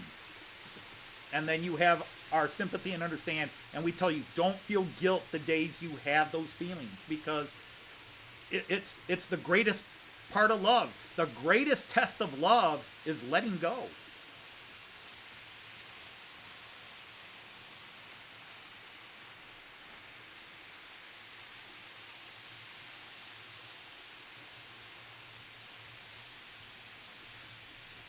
Yeah, Randall, and I could tell you the horror story of my sister who was dying of cancer. She had melanoma. And University of Michigan Cancer Center and her own doctor screwed up not once, not twice, not 3 times, but 4 times. The doctor removed them and said they were just moles and never did biopsies on them. By the time she said, why aren't you biopsying them? Oh, they're just normal moles. She said, I want a biopsy done. She was already in the second window of 3 windows. Window 1, you have 20 to 30 years. Window 2, 10 to 15. Window 3, less than 5. By the time she got diagnosed, she was already in window 2. And she had 2 young kids. And then the doctor didn't call the cancer center that the insurance company said to call and put her on the list. Then he finally did, but they put her on the wrong list. There's the needs to be seen immediately and get on treatments immediately, and there's the we can wait on this one.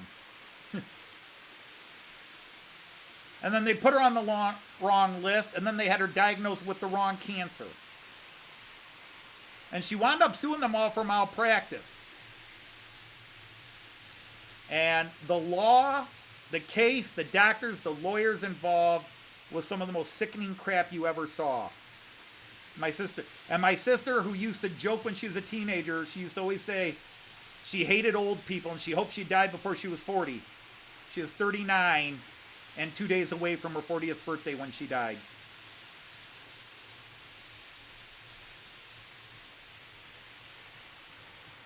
She left behind a 10-year-old and a 6-year-old.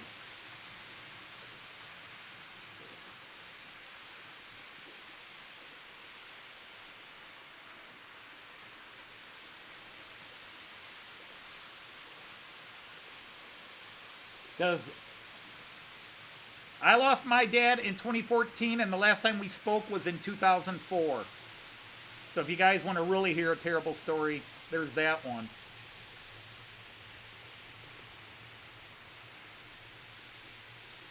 Joyce usually doesn't come down till about 5 o'clock, Monsville. So I don't even know if she's home from work yet. She likes to make her grand 5 o'clock. I'll be here for the last hour entrance. But Joyce had surgery yesterday and then went to work today because that's the tough badass she is. I always give myself a day to recover, no matter how minor the surgery. I give myself a day to recover because she had full anesthesia. But the surgery only lasted an hour. Yeah, and that was so hard, Eric. And hello, Eric, if I didn't say hi to you when you came in. That was so hard. Because the last few times Joyce went to see her mom didn't know who Joyce was. The only one she remembered was her son. She had 4 daughters and 2 sons, and the only one she remembered was her son. And he wasn't even the oldest. But she would remember her son, Tom. And then Tom's the one that passed away of ALS. But Joyce lost her dad in 2010. I lost my dad in 2014. Joyce's mother passed in 2017. My mom's still kicking around somewhere.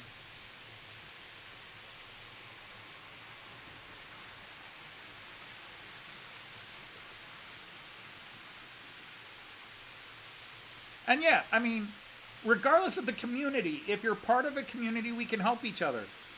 See, the minute we stop defining each other as one religion or one political ideology, and we just understand we're humans, notice how we can actually care about each other.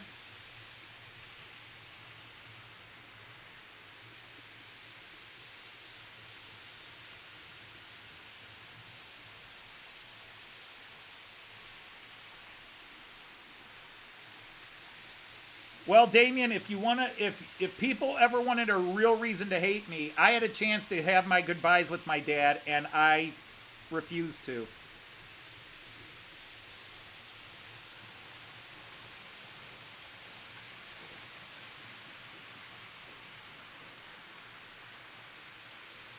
So I hope that my little spiel about the feelings you'll go through, because again, if you've been through there, when they're in those last stages and the pain, you want to see the suffering end. It's no different than when you have a pet. You know, we had our dog Storm. We had Storm for almost 16 years. We had her for 15 years. And when she got sick, and the last week she couldn't even move. We would bring the food out to her. She picked a spot on the floor, and we couldn't get her to move. Occasionally, I would pick her up and try to take her outside, and she would just lay down, and she couldn't move, and she was in so much pain, and she was so miserable. And we're giving her the sedatives, but she's just laying there in the little bed we made for her, and she's peeing herself and crapping herself, and we're picking it up. And we just felt so bad, but there came a point where she was just moaning so much that we made the tough call to take her to the vet and say she's dying. She'll be dead in a week, 2 weeks, but she's in so much pain. We love her too much to see her in that much pain, and she's not going to get better. And Joyce and I have the same attitude towards us. We've got living wills. We've told our kids, if there is no hope and we're unconscious, you pull the plug. Don't let us be in that state.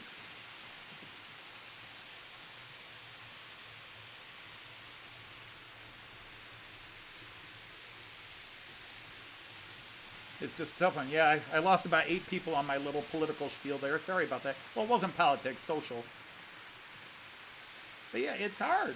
You don't want to lose anybody.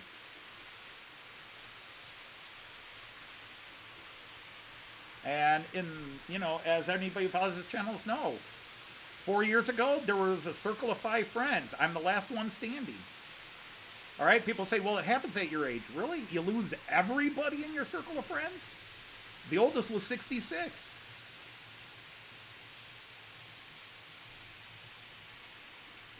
The youngest was 2 years younger than me, so 57, 58 now.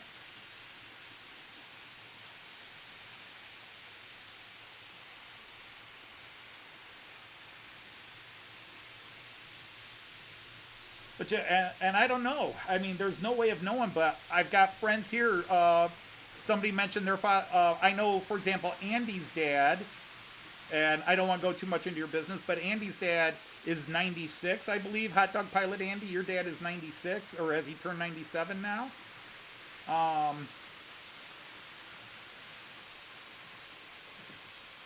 It's tough. You don't ever stop missing them. I was 11, 12 years old when my grandfather Dodge died, and I miss him to this day. And if I sit here and talk too much about him, I'll cry. I miss him to this day. I talk to him in my head. There are times I'm doing something, and just because my grandpa had a crazy, funny way of seeing things, and sometimes a hard-nosed, bull-headed, stubborn way of seeing things, but there are times where I just say, Grandpa, what would you think of this? And I can just hear his voice, that's stupid, and I just laugh.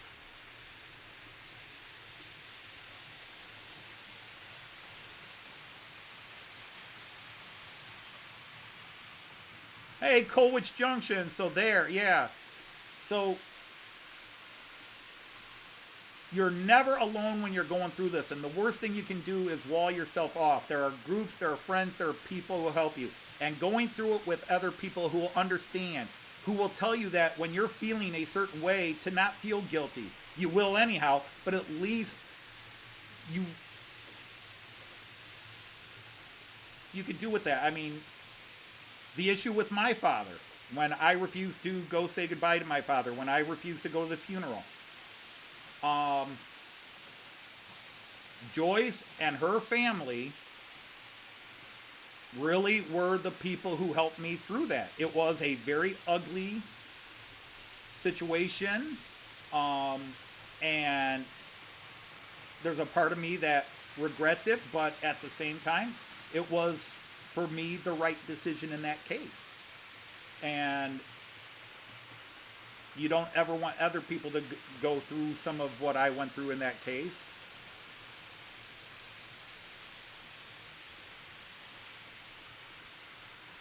You didn't make it to 97. Okay. But anyhow, like I said, I didn't want to go too much into your business, but yeah.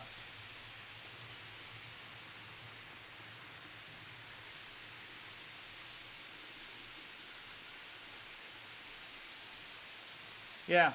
So, see, we have these. We have these, and I think we're all going to be tearing up and sad, and I'm probably going to get 20 dislikes on this video, but the thing is, we try to be there. I've got several people who talk to me, and I'm not necessarily talking Jean Ricard or Christopher or anybody like that, but I kind of do therapy sessions for a few people who talk to me on Facebook or talk to me on Messenger and that, just because they got nobody else to talk to.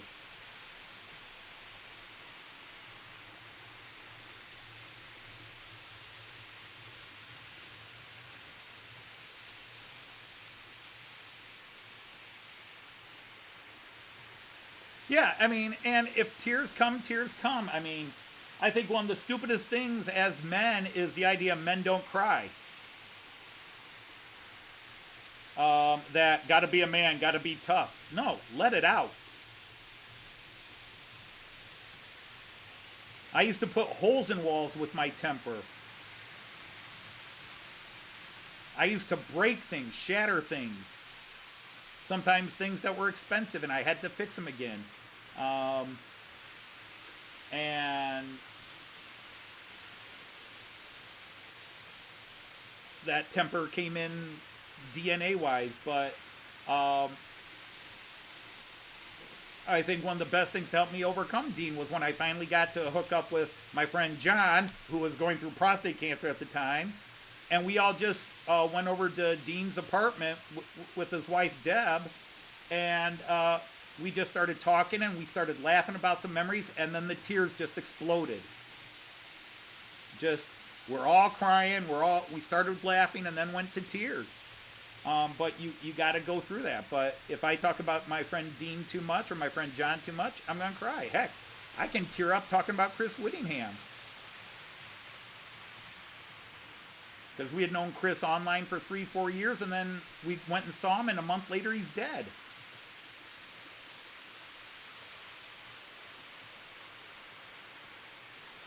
Well, that's nice to hear.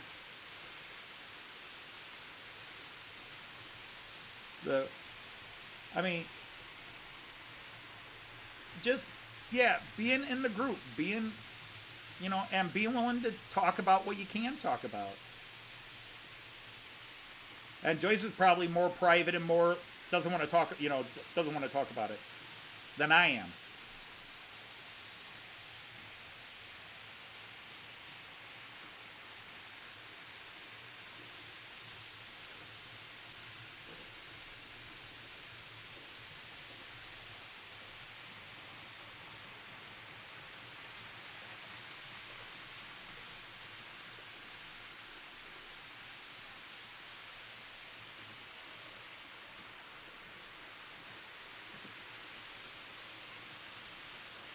See, Randall, you guys all talk about this guy made it to 96. This guy made it to 101. This woman made it to 94. My great aunt's 95. My dad died at 84. My uncle died at 84. My grandfather died at 84. My aunt died at 84.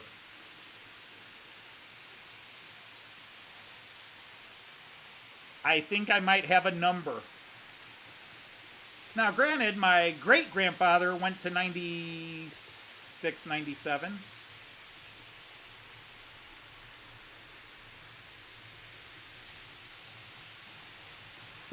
I'm losing more and more people as I chat. Maybe we should change topics, but no, we shouldn't.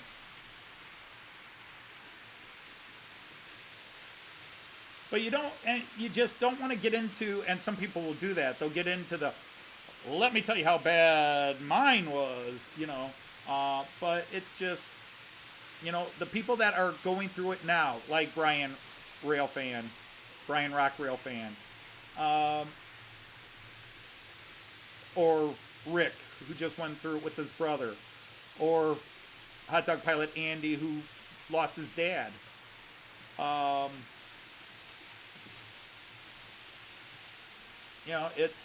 We all go through it.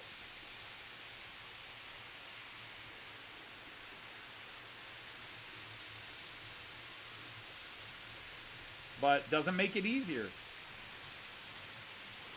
And they say time heals all wounds. No, it doesn't.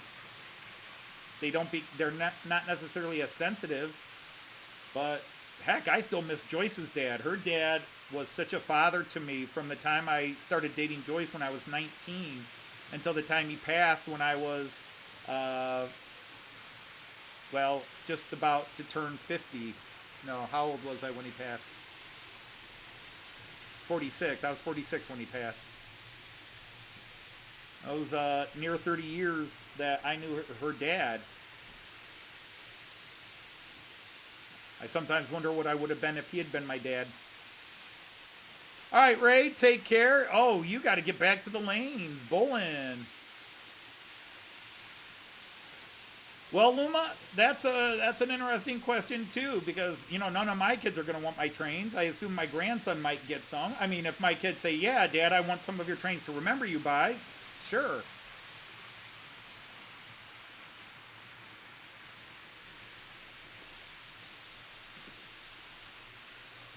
All right, we've been on the multi-view. Let's go down to the floor and see how the UK trains are doing. Still running nice and smooth. I just wish that Class 73 had some lights. See, that Class 73 must have been a premonition of the story. Oh, Tim Dowd, I hope you're still in the room. But Tim, I just saw your picture on Facebook. No, he dies.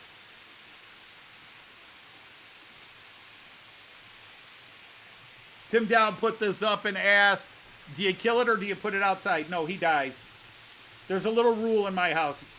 You're allowed to live as long as I don't see you.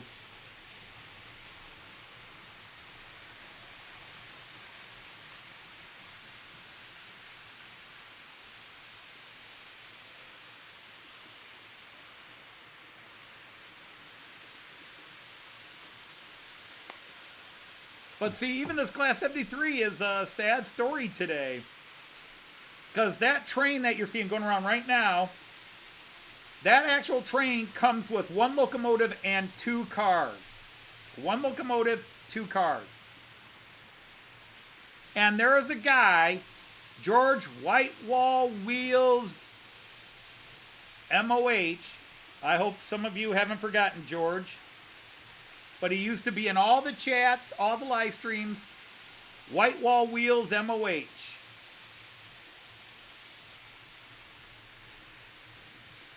And George knew I was a Beatle fan and was always asking me, hey, did you see this? And did you see this? Came out with Beatles on it, blah, blah, blah. And when I got this train, he got it too because he was a Beatles fan. And George said, he says, it's stupid. Why didn't they have 4 cars? So you could have all the singles on one side, on both sides. Instead, half the singles are on one side, half the singles on the other. So he bought a second set.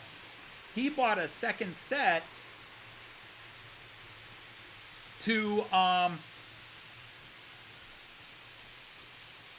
so he could have all the Beatles singles in a row on each side of the train. So he wound up with 2 Class 73s and 4 cars. And then out of the blue, right before Joyce and I left for Germany, he said he sent me a package. And the package arrived 2 hours after Joyce and I left for Germany.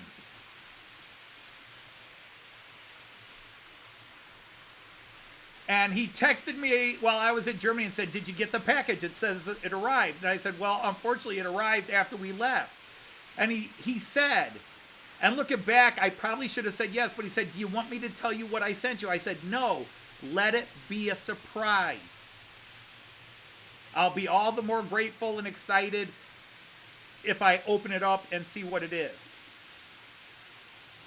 And his reply was okay. That was the last I ever talked to him. He died while we were in Germany. And what he had done was he bought a 3rd set and sent me the extra 2 cars so I could have the complete set.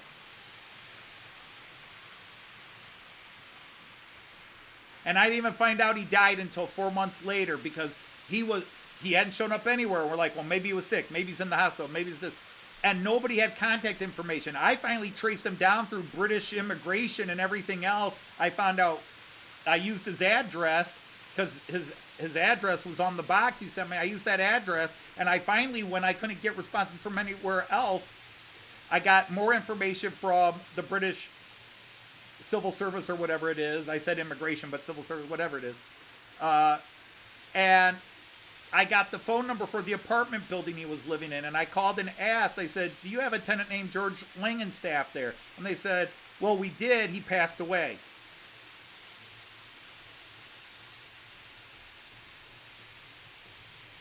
Well, Dave Heise, welcome in.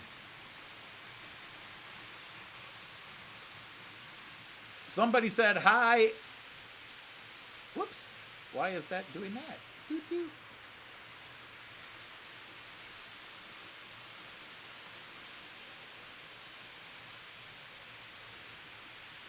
Well, David Heise, I now declare you knight of the rhomboid table.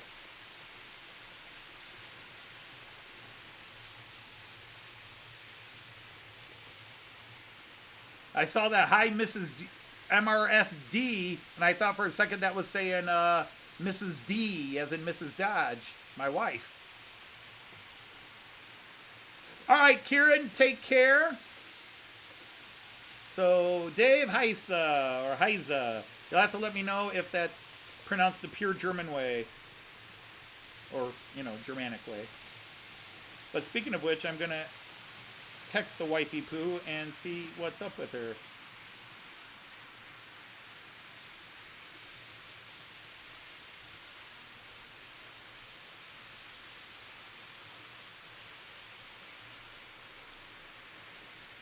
Because, yeah, it's her time. You take either. Well, it's your name. See, this is something that goes back to my days in my job. My job is to pronounce people's names correctly.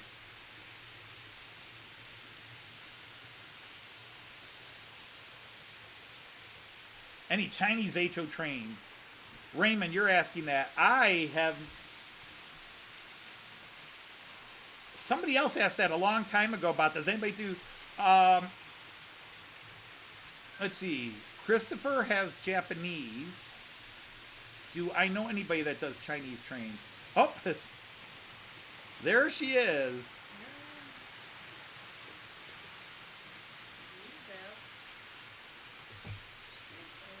I have what? Oh, yeah. I was going to put that out there.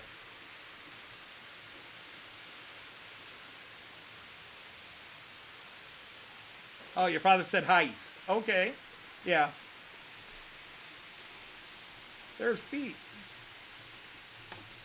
But yeah, so that train is can be a heartbreaker if I think about it too long, because I wonder if he knew like he had gotten something because he sent me that stuff, and the last word I had from him is when he said okay when I said I'll open it when I get home from Germany, and he was never seen on YouTube again, and I found out later he had died. All right, well, let's get your camera view. Where is it? Come on, you know the camera that says Joyce Cam. There it is. Da, da, da, da, da, da, da, da, da. You want a microphone? I don't know if they're going to hear me if they don't.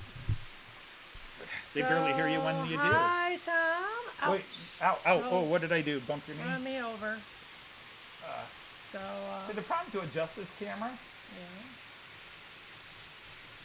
my hand's in the way from the angle I'm doing. Seems like it's very sideways.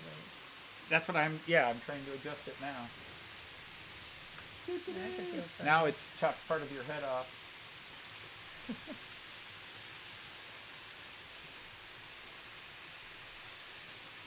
And the worst thing is I'm looking out the side of my eye, which causes my glasses to distort everything. Right. So there you are. That's probably close. Close I enough. look old. Close enough, So, whitey poo. Hi, Andy. Hi, Dino. Hi to everybody if I didn't catch you. Okay, guten Abend, Luma. Guten Abend. Hello, Raymond. Hello, Leamington. Hi, Joseph. Randall, I know, said hi. You've never told me how to pronounce your name, Damien. I just assume it's the English name. Lar? Should be Lar. So, yeah, I'm feeling, Lauer? I'm okay. You know, Damien just Lauer? no fun. Hey, Rick. AU in German's pronounced ow. I'm probably missing some people. I'm on the wrong setting again. I mean, in old German, your name would be Lauche. Damien Lauche. Because that GH would have the CH sound there. So, did I miss anybody? Oh, it's Damien Law. Okay. Gotcha. Okay.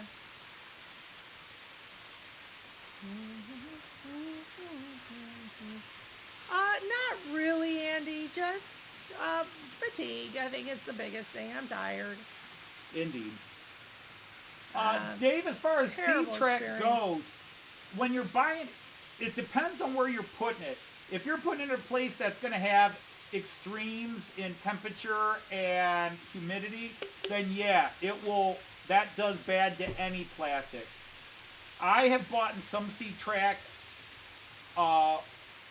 used online when I first got into the hobby, and I replaced it all with new stuff, and the new stuff runs fine. It is plastic. Over time, it will dehydrate and become brittle like plastic does. But when it's in consistent conditions where it's not going to dry out too readily. So yeah, that's one of the things. It's not just when it was manufactured and all that. A lot of it's what conditions has it been stored in. I am so lucky that I am in a climate-controlled basement. It's always consistently 65 to 75 degrees down here.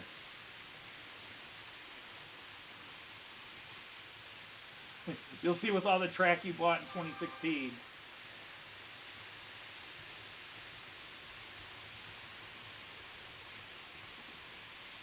See, with all your trips to Germany, I never picked up if I thought you lived in America, but with all your stuff to Germany and business in Germany, and you also talk about taking your son in places to Germany, I never caught if you are German and go back to Germany, if you're an American who goes, so.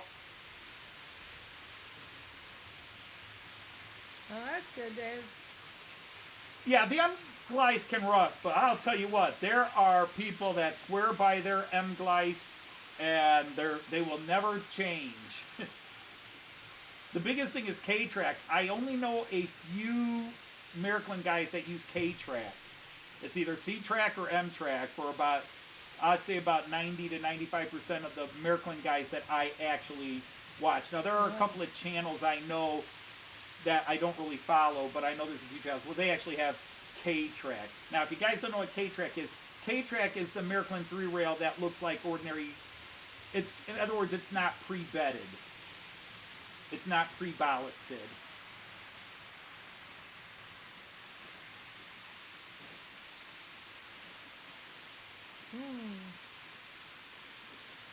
Yeah. Right, that's a Davis. Yep, K-track you have to ballast manually. Yeah. That's actually only got 6 years out of track. Should get a lot more than that. No, most of, well, again, some of this I've added, but I started, see, Liz bought me all new, and most of that's still on here. So that was 2015. Right. And most of that's still on here. That was the Genesis. And but it's then, been fine. to catch up quickly, I bought a lot of used, and I replaced a lot of it. You have But I also had a replaced. lot of Radius 2 track, and when I built this table, I immediately decided that other than the parking areas, nothing would be less than Radius 3. So, like, if I go to my 11-lane view here, if I go to this view, where's the pointy stick? And then I look for trains that go. This is Radius 5, Radius 5, Radius 4, Radius 4, Radius 3. So it's 55443. Or is it? No, now it's 55543. Call us now at BR 55543.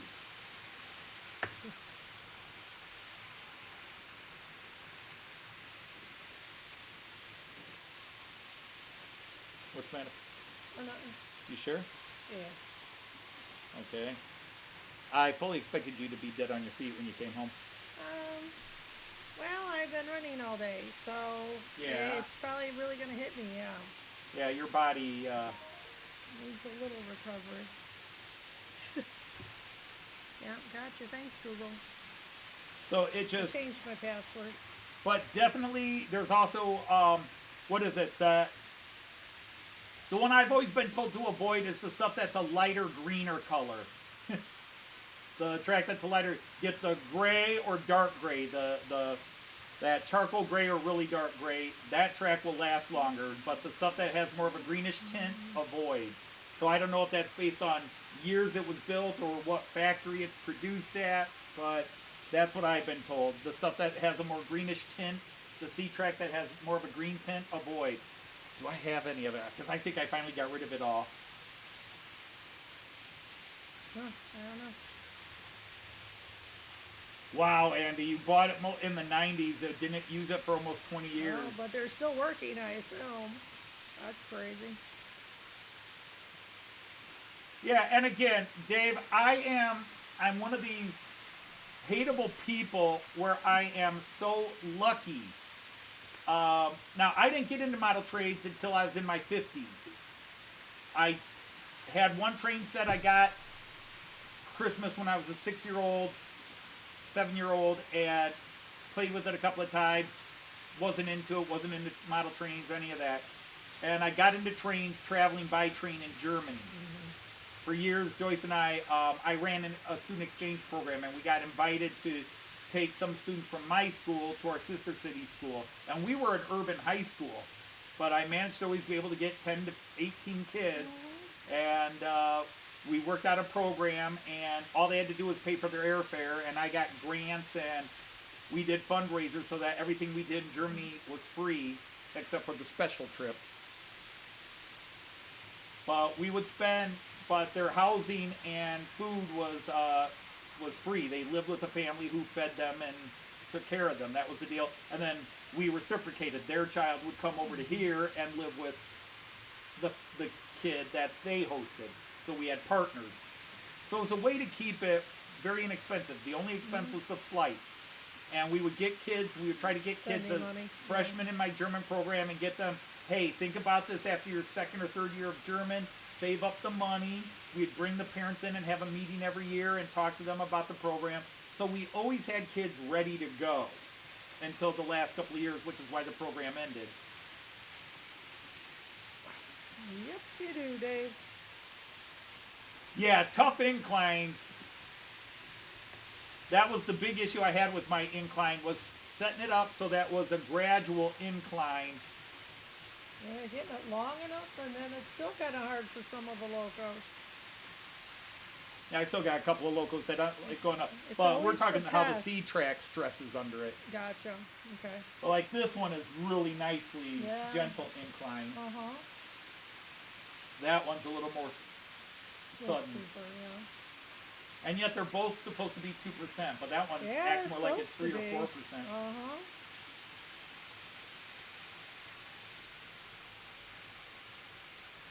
Well, Indeed, I regret that. I'm jealous of all the people that have been into model trains, not Hi, just Richard. Märklin, but model trains, because I'm trying to learn and catch up. Hey, Richard, great to see you, Sir Richard.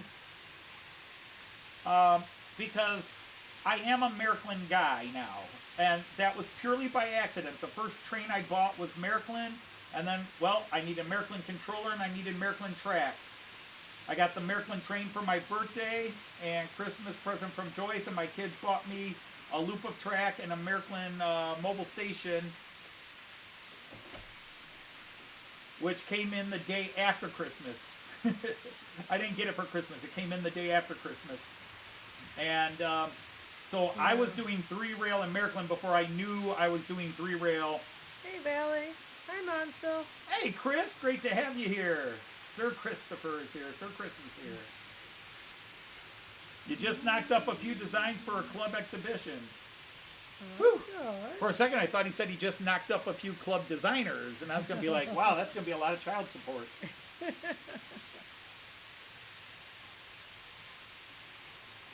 good.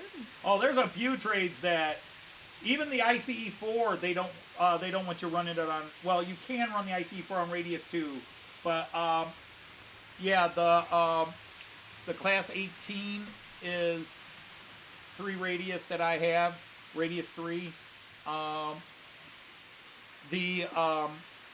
most of them, of course, are Radius 2. I've got a few trains that cannot go on Radius 1, and I don't use Radius 1 except, no, that's Radius 2 now. That's all Radius 2. The one inner parking curve was Radius 1 at one time, but everything's been switched out for Radius 2 in the parking. Yeah, just So it's 5, 5, 5, 4, 3, and then all the interiors. Actually, two of the outer 2 long loops are 3s, and then everything else is 2 on the parking area.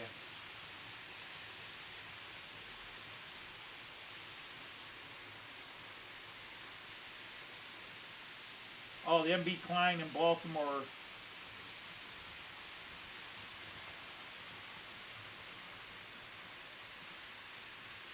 You use Radius plenty. Well, you know, if you do flexi track and then have the things that work, yeah, you could. Because one of the first things somebody told me as I started learning about Radius in 2016 is they said, actually, the narrowest radius in real life would be equivalent of Radius 9 on the Märklin algorithm. The tightest radius in the real world in Germany would be Radius 9 if Märklin went that high. And I know Rocco, is it Rocco or Piko made Radius 6, and Märklin was talking about doing it, but they haven't done it yet. Yeah. I'm not changing. I'm happy with my Radius 6 or Radius 5. Yeah, you still gotta work on it. Well, what a difference. I actually did a little work on this today, but I've also found out I've got other work I got to do. Yeah, Monsville asks if you're recovering okay. Yeah, I am. Doing, yeah, you know, I worked and did a Doing full day, all right. Not doing too good myself.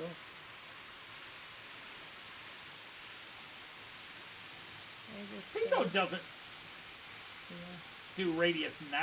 I mean, at least in their Ready track, maybe their Flexi track can let you make Radius 9. I thought Piko and Rocco went to Radius 6.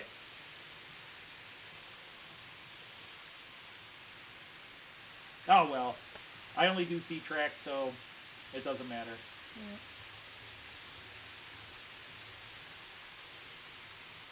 Yeah. Nothing below 25 inches was the credo.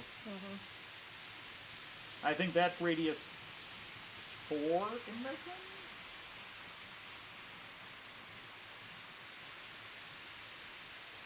Well, where you have the 3, the trains can handle that.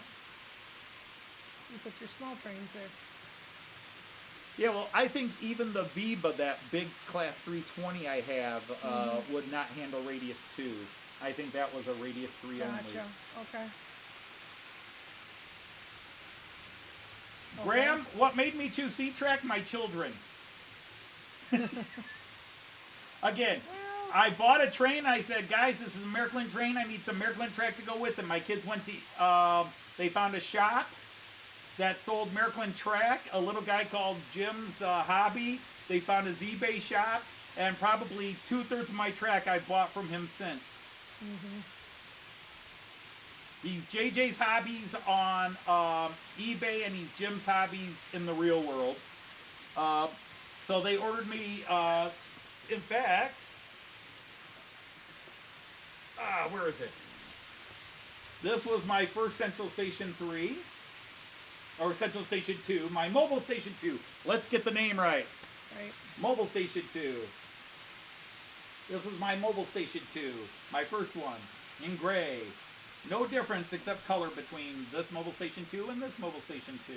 I keep waiting for them to make an upgraded Mobile Station 3. And yes, I do now have the wireless one as well. But anyhow, be that as it may, so they ordered me a bunch of C-Tracks. So from that point on, I was like, okay. And then I found out, oh, I'm doing 3-rail. Oh, I can only get Märklin or other trains that work on 3-rail. And then I went through the whole AC versus DC arguments.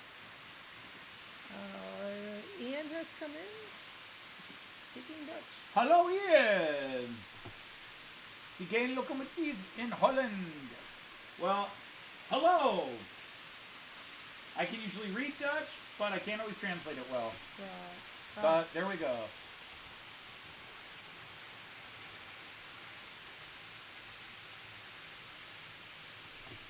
Unfortunately, I have no Dutch trains because I haven't been to the Netherlands.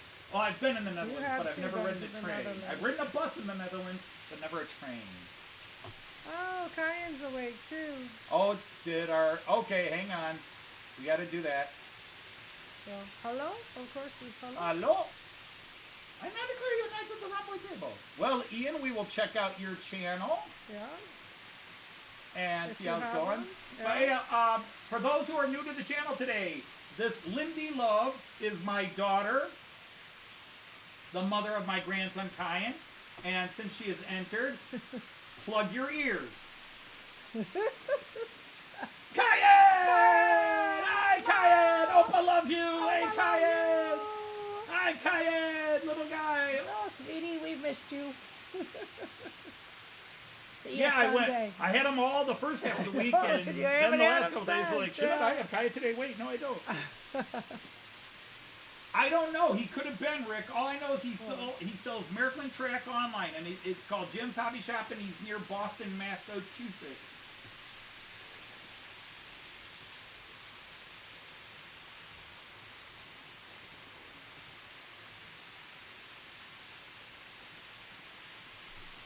They're testing my abilities now. I'm gonna have to cheat.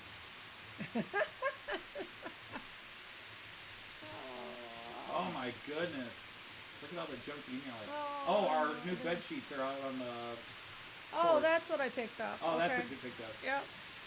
Good. Oh, Google! What do you I got do? my tax form from Google. Your tax form? Yeah, because I made money on Google this year. Well, YouTube. Google owns gotcha. YouTube. Gotcha. Right. Gotcha. So, now I wondered. It didn't feel like something you wanted me to bring down. No. That's our new bedding for the new bed. All right. Perfect. Perfect.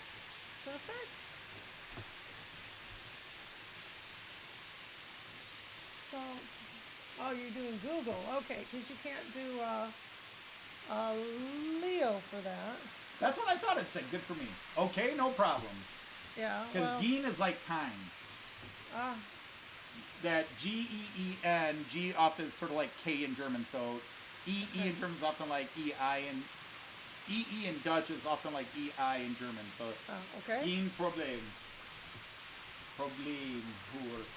Okay. Well, AC is best. Well, I don't get into if one's better or not. You do what's fine. I've learned there are many advantages to.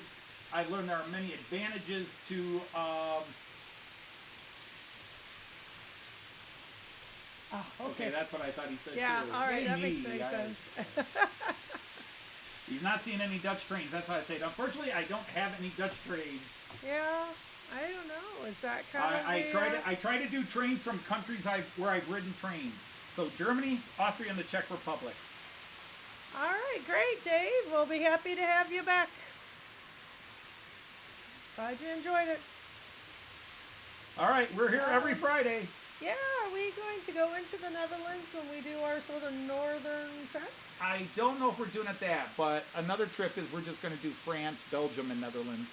We'll do the Low Countries in France. Oh, gotcha. All right. I figure that's going to be the trip where you retire. Like we'll do a couple of places in France and then go up to somewhere like Belgium, Luxembourg, Netherlands, and be able to just go off through there. Because yes, I want an excuse to buy some Dutch trains. Now, technically, anymore, I don't need an excuse. Honey, I like that train. That's pretty much it.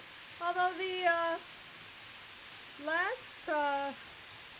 the only time we were in the Netherlands besides the airport.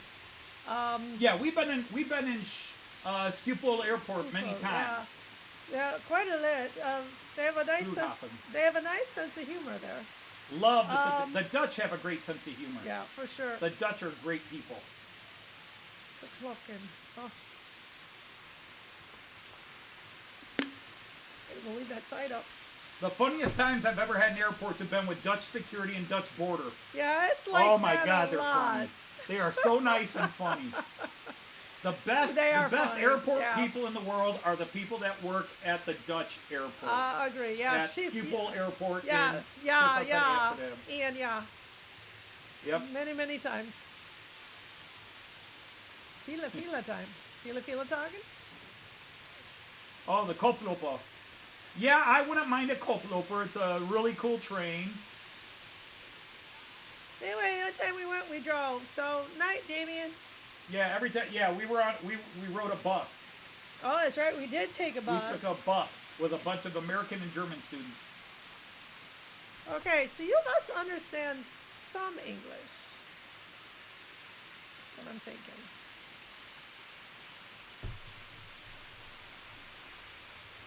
You have the Koploper.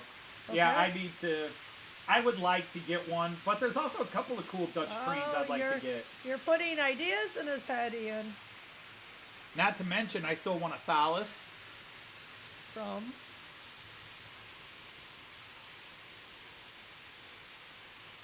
Okay, well, yeah. Yeah. You made a joke and found yourself a police station, Luma. Oh. You must have made a really bad joke. Yeah, the Germans have a good sense of humor. Well, the Germans are dry. Yeah. The Germans are dry. It's okay. They don't get American Ian, sarcasm and satire. But the Dutch are happy cool. You stopped him. What? Did Andy say phallus? No, but if you'd like me to. Oh, stop. Changing the rating on this again. Honey, we start with an R rating. Oh, we just come hope not to on, go to Chris. Triple X. Everybody knows what those Actually, I straight hope to go to Triple cigarettes X, but are. you won't cooperate. That's true. But...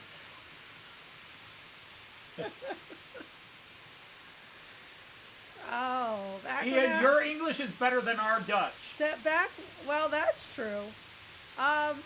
We just want you to feel welcome and that you'll want to come back. Yeah. Verstehen Sie Deutsch? Können wir auch in Deutsch sprechen? Oh, you don't know. that was not favorable when we were in the Netherlands. Ja, aber ist Niederlander. Ja. Ist Niederlander. Vielleicht versteht Deutsch. Dann ich kann auch Deutsch sprechen. Well, und I dann know wir why. beide verstehen einander. The next smokehouse is Rauka.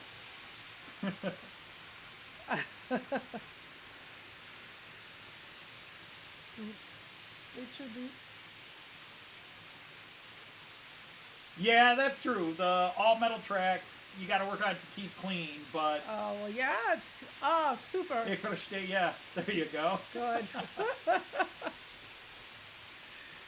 No, the So- thing is, I can read and understand 70%, 80% Nederlandisch,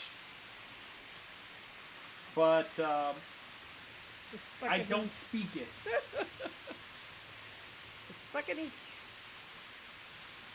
When I see it written out, I can usually get a fairly decent estimate because linguistics. Yeah, sure. Because linguistics. Very nice model train set I have. Uh-huh. Yep. Yeah, we're happy with it. Smoked one of those herbal jazz cigarettes, did you, Chris? Right. Oh, I love the Dutch livery. I love the Dutch DoSto liveries. I love their Regio liveries. And I forget, the Thalys is Belgian, isn't it? Is the Thalys Belgian or Dutch?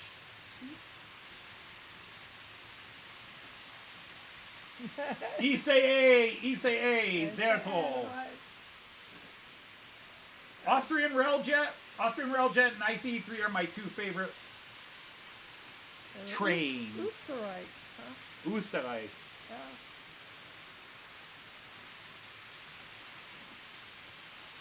Right. Should we go Dutch? Well, at this place, we're all Dutch. Speaking of which, Mick never showed up that I saw, and he's got to open the bar. In fact, I was going to proclaim him the official barkeep of the Knights of the Rhomboid Table. There you go. We're Knights of the Rhomboid Table. We drink when we are able.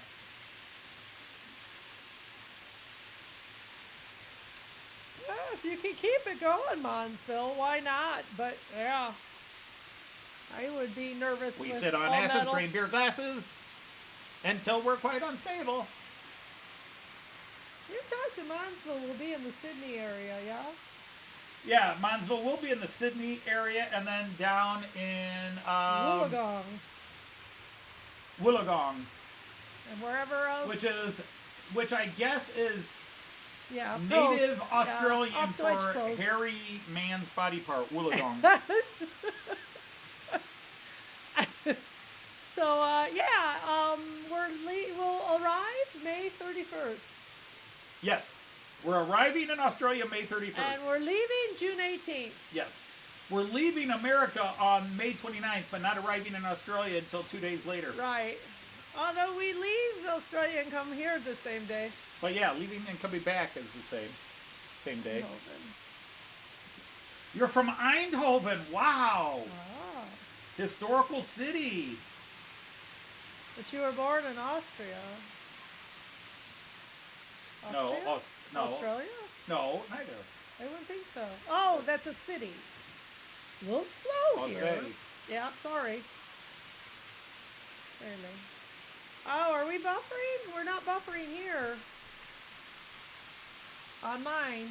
That might be L commercials. Oh? Yeah, that's one of the things YouTube is now throwing commercials in the middle of live streams, and some of you that either have blockers Super, okay. or what have you, it will buffer now for a bit when they're trying to load a commercial in. I totally expect to bring home a kangaroo for Kyan. Or some such, yeah. Actually, I don't need to. We've got a bunch of them right back here. That's true, we do. They're on the but- table right back there. I mean, when we were in Wales, we got him a dragon.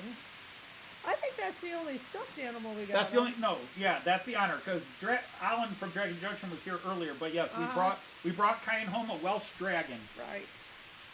So I can't imagine we won't. We bought him clothes and. Jump in mine cold profile.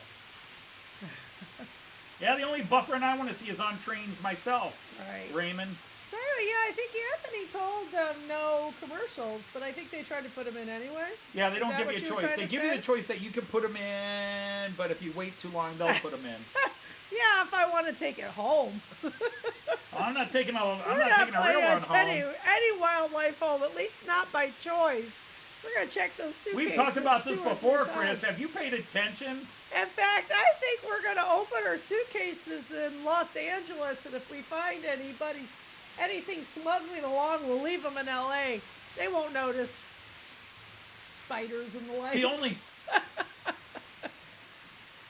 I mean, seriously. Yeah, really don't. Kangaroos are the only animal... Oh, he's flappers. Oh, that's nice. Flexes. Haven't you seen that? Kangaroos flex. They sit there with their arms out like, "Rrr." Oh, they're tough. What you gonna do when I get these pythons around you? We understand there is nothing you can do with a kangaroo. They are In your YouTube. tough. So he's what with his YouTube? Let's go look that one up, huh? Oh, he said click on his YouTube. Oh, click on your YouTube. I think that's that makes sense. Boxing. So can you go to channel from there? Yeah, boxing. Yeah. No? Oh, whoop, no, I have to. Not with that one. No, not that way. Here. Oh, wait, no. No, not over that here, one. over here. I can do it on the main one. That's the whole point. Why I Right. can't do it out of here. Okay. Boxing?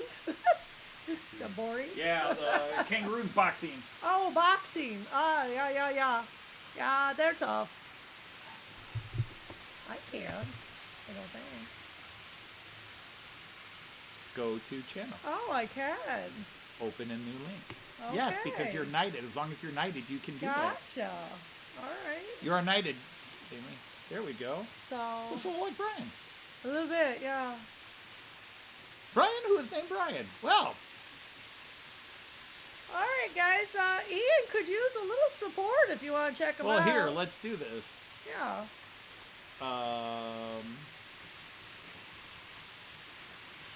Anthony will put his link on. Okay, I'll put his link on, technically.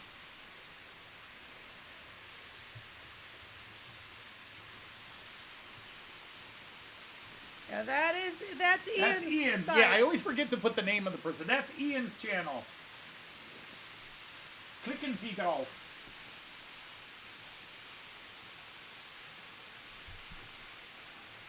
Yeah, this is a live feed with benefits.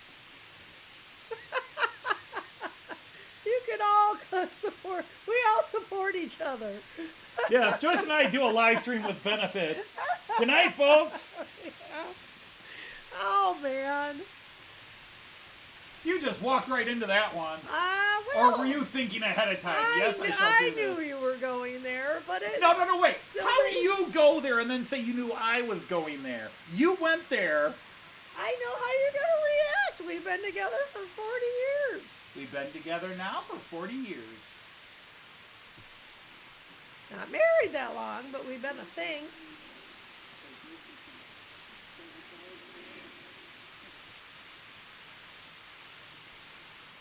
All right, so let me see now. Can I go back up to Ian so I can subscribe to his channel? I thought you did. Oh, No, did. you just subscribed. Oh, I subscribe to you. Okay. Told? Yeah. It's still not letting me do it from here. Come Huh. on. What, am I not moderator on my own channel?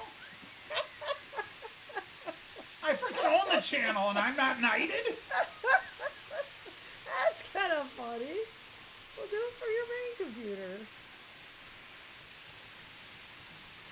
Or just follow Yeah, my. Knights of the Round Just Table? go on my link. Anthony. Yeah. I'm getting there. I I'm put still- a link up there. I'll give you a link in a second. Alright, we might get you up to,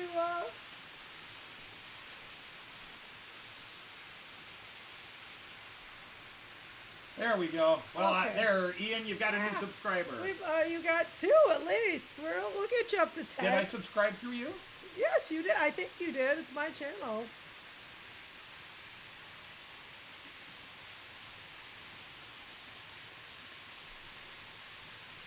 Knights of the Round Table. No, that's not what I wanted to do. No, that's really not what I wanted to do. Yes, your link is working. Yeah, my link works.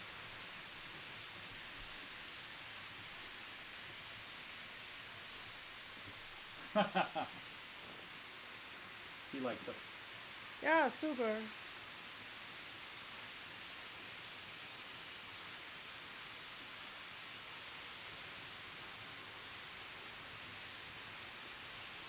Somebody made a bot? Oh, how terrible. No, I tend to recognize the bots.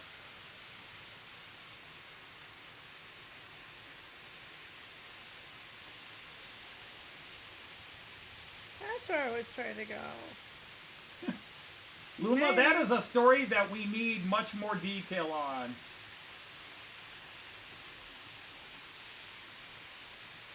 Oh, the hotel room with the pet. Yeah, I actually remember that story. Oh, that's because this is my school one. Okay, that's why I can't tell. Alright, never mind. Oh, you just, did you subscribe to Joyce here? Oh. Well, I think Well, he called her that's Julie. fair. Julie's his sister. I have a It's sister. her Julie. sister. Her sister. Yeah, oh, he's got more than 9 cameras. 12. Yeah, if you look, there's 12. Yeah, 12. Oh my God, how long has it been since I actually did anything in Dutch? 37 years?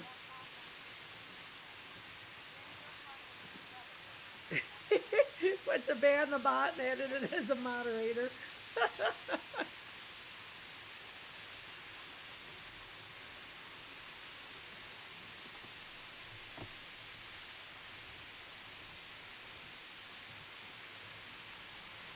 How long is this at? Only 5 more minutes. I went out of view for a minute.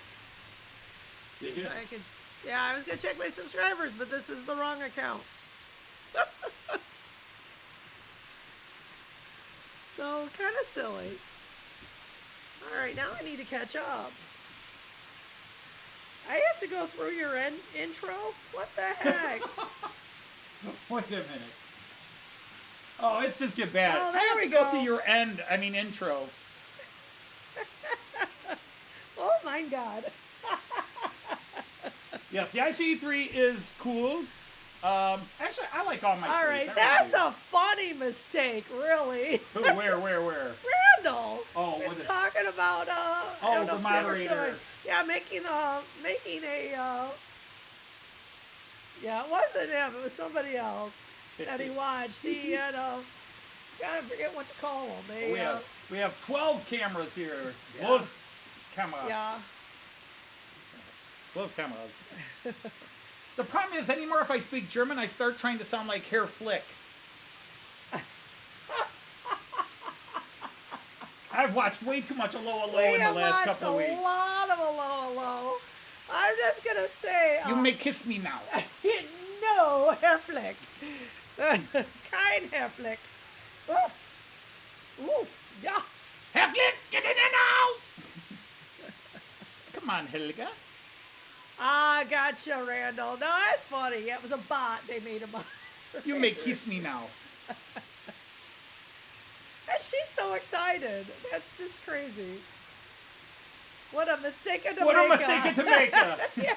Oh, what a mistake to make. Oh my God, yeah, it's Italian. What a mistake to make. Ooh, what a mistake to make. Yeah, we've been enjoying it. Give yourself a like since you're on me. Oh, yeah. Sorry. I don't like myself. You don't like yourself. I'll give myself a thumbs down. Oh, Moldova hi, on Lee. TV, I didn't yeah. know you were in here. Oh, my ticky ticker. Oh, my ticky ticker. Yeah. Dicky ticker. The Yeah, we're on season 5. Yeah, we're almost done with season 5 now. Yeah, pretty close. And yeah, I keep wondering if he's actually just gonna go. See, I even like my little Regio Bahn here. Oh, that's good, Randall. But my Deutsche Bahn. Yes, extremely formulaic. Yeah, there's not a lot of. I mean, that's why I asked Anthony. It is, but they do it in a good way. Yeah, they do. And I've asked Anthony. I said, how are they going to screw up them not dropping them from the bombs? Because it looked like it was a go for a long time here. Well, they have the same formula. Yeah, the flashing knobs. Oh, Listen to me carefully. I shall say these only. Listen to me only carefully. I once. shall say these only once. The best, but see the Gotcha, thing is, Lee. see to me, That's there's okay. a point where those running jokes start getting stale. So you can see in a few episodes they didn't have her say that. Listen to me Yeah. once.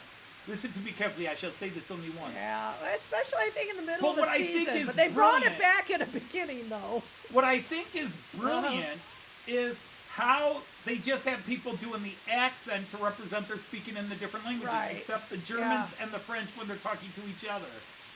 Right, and I don't know how they would understand each other. Lee's got 7 cameras. Well, Lee, that puts you on the Okay, map. But Monsville, you are on the other side? yeah. For 14 Sydney hours? is a 14 hours drive from here. Yeah, 14 yeah, hours. I understood. No worries. No worries at all. It just would have been nice if we were near you. Girlfriend got you summer job on Monday. Got in a fight the same day with a male kangaroo. Was beaten after lunch. Took a lot of beer. Gave it to the beast. Won the next round and got fired before the day ended. One day, do it all, and I got banned for life from the zoo. Were you taking them the beer to get revenge, or By were you the taking way, them the the beer to say, kangaroo was drunk dude, you with kicked my fun." ass, congratulations, salute. Were you taking them the beer? I'll teach you, you stupid kangaroo. It would cause women to pepper spray me. I'm pretty sure she would, except that she didn't have any. Oh, the flashing knobs! What is that? Oh, yeah, I would imagine so, Luma. Now remember, Luma, as you tell the story, Yeah. you have to sound regretful and admit that you've learned better. Yeah, you've learned from your mistakes.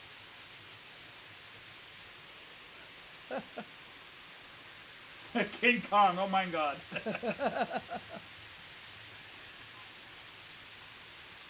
Once you get used to it, it's clear as the sinuses. The kangaroo was drunk but fine. Well, yeah, he kicked your ass. You're the one who got your head knocked in and drunk. You know, when we go to Australia, I would like to see. Yeah, kangaroo won. I would like to see I'd like to see kangaroos. I don't think I want to get close to them. It's kind of like the buffalo in Wyoming. They're nice to look at, but I'll stay in my car, thank you very much. Okay, now I get it.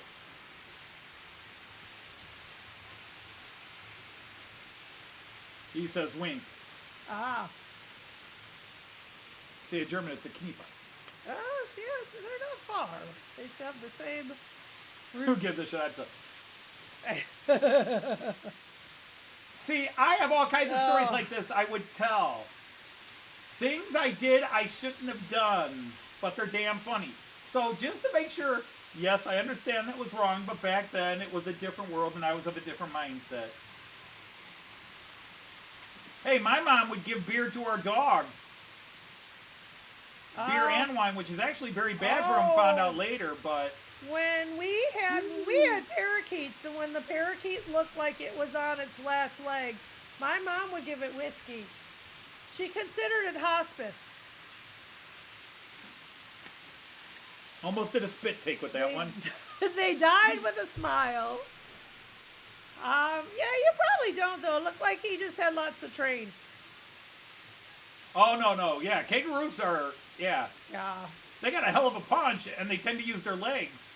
Well, But of actually, course. they use their legs more to push you back. Right. If they're punching, they're pissed. Oh, yeah. Legs, they could be playing, but the minute they're punching, they'll Yeah. grab to kick. But yeah, they're... So, yeah, I don't think they are. They're kind of like bears. They're nice to have a stuffed animal. Not cool to be too close. So what are you on this one? Cocaine. No, I'm sorry, what? What are you on this one? What do you mean on? That's your I'm in charge OSB page. No, this is my And this is regular your Anthony regular- Dodge Model Train Outsider page. Okay. Beer with cat is You went to funny. yourself, but you're not a moderator. I've been to myself, but I've never been to me. I don't know how you can subscribe I've been to yourself. paradise, but I've never been to me. Wow, you have 9 messages. Well, I've been to paradise. It's just east of Big Gulch. Big, yeah. But you know how you get to paradise? You gotta go through the Cougar's Hole and up Cougar's Nelly's Hole Pass and to up get to Nelly's paradise. Pass, If yeah. you're in Big Gulch, the only way to paradise is in the Cougar's Hole and up Nelly's Pass. The And then you're kangaroo- in paradise. Kangaroo probably tells his roo friends about you, Luma. Yeah, there's the kangaroo talking. There's the kangaroo talking. Oi, let me tell you about this Hughie I just kicked his arse. Came over here, messed with me. I showed him who was boss. But he proved to be a good palaver and brought me a beer. Stupid kraut made it Foster's. How insulting. Sorry, Even Luma. the kangaroos don't like Foster. Even the kangaroos don't drink Foster's. That's the beer they give the tourists. Yes, we have it on great authority that nobody from Australia drinks Foster's. Except it was in all the Crocodile Dundee movies. Right. Because he had a deal with He did them. him wrong. Oh, of course he had He had a deal with He was Foster's. making money Foster's, showing Foster's. Australian for piss. No, I'm sorry. Australia for beer.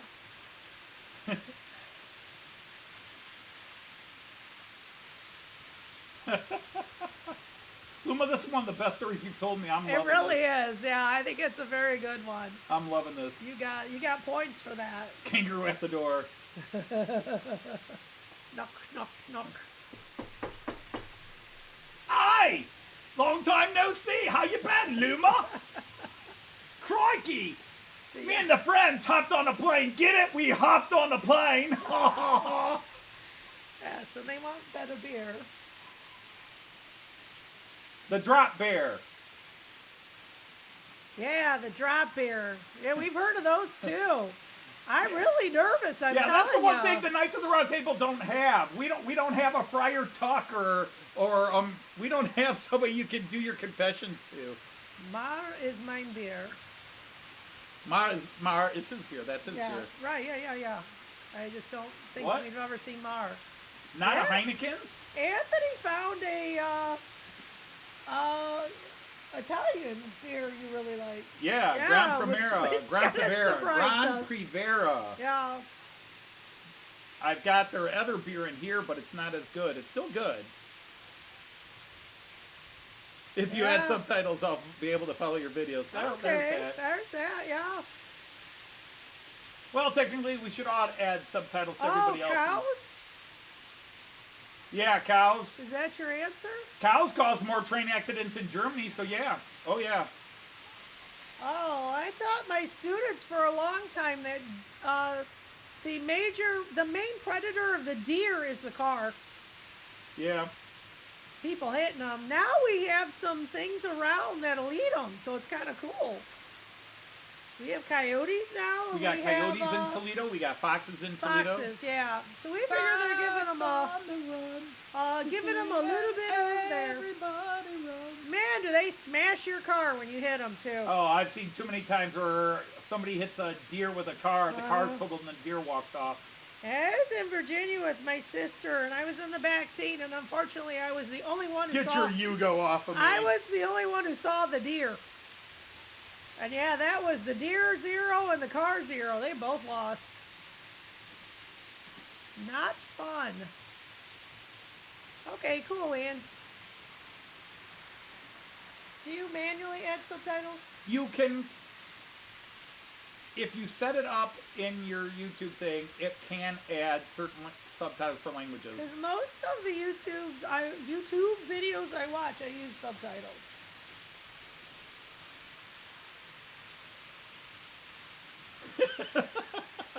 The bees comes from a hot climate and ended up in Germany, cold as hell. Yeah, that was already, it was 40 degrees or 50 degrees in South Carolina. He's like, It's it's cold. Suck that. But that's okay. We're shivering at 20 degrees Fahrenheit, and the people in Minnesota are like, that's t-shirt they weather. are. Yeah, my teacher sites compare like snow days. And yeah, the teachers from the way north are like, it's minus 35 out and we're not doing outdoor recess. Right. That's the only concession they're making to the temperature. But clearly their students know how to dress for the weather. Ours don't. They told one of my kids he needed a coat because we're going outside to do our testing on that prairie we have. So you better have a coat. So he has a coat. Oh my God, our kids. He stuffed it in his cubby. So I guess he has it when he needs it. It's 20 degrees outside, and we got kids standing in t-shirts and shorts. Yeah, waiting to that's get in the kind of building, ironic, freezing. isn't it, Monsville? All the things that you have in... I mean, really, we're worried about it. I'm not lying. Well, think this. What animal kills the most people on the African continent? Let's see how many people get this one. Let's play a little trivia here.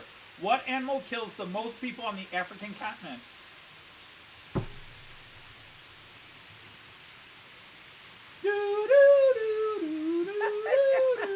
Put your answers in now.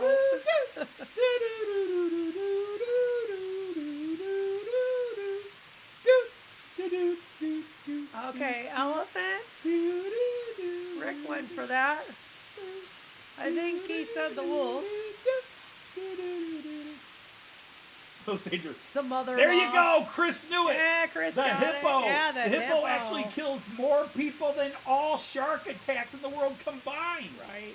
Hippos kill more people in Africa than any other animal. Mm-hmm. Yeah, and they're herbivores. Doesn't mean much. Those big fat dudes can get on land and they're very territorial. Yeah. And they can still run with all that weight. They can still run Faster. up to 30 miles an hour. Faster than you. Yeah, they can run faster than you. Yeah, so those cute little hippos are very dangerous.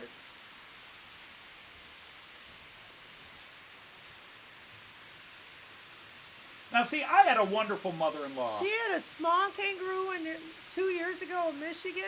Must have been one who got lost, or from a zoo or something, or whatever. Yeah, kangaroos on the roads would be more dangerous, but... Oh, for sure.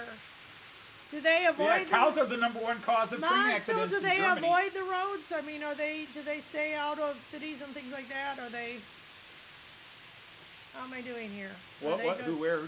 Kangaroos. Are they wary of the road and they stay away from it? Yeah. Well, yeah, because they do have teeth and they're so strong. So you're saying I have to send my mother-in-law to Africa?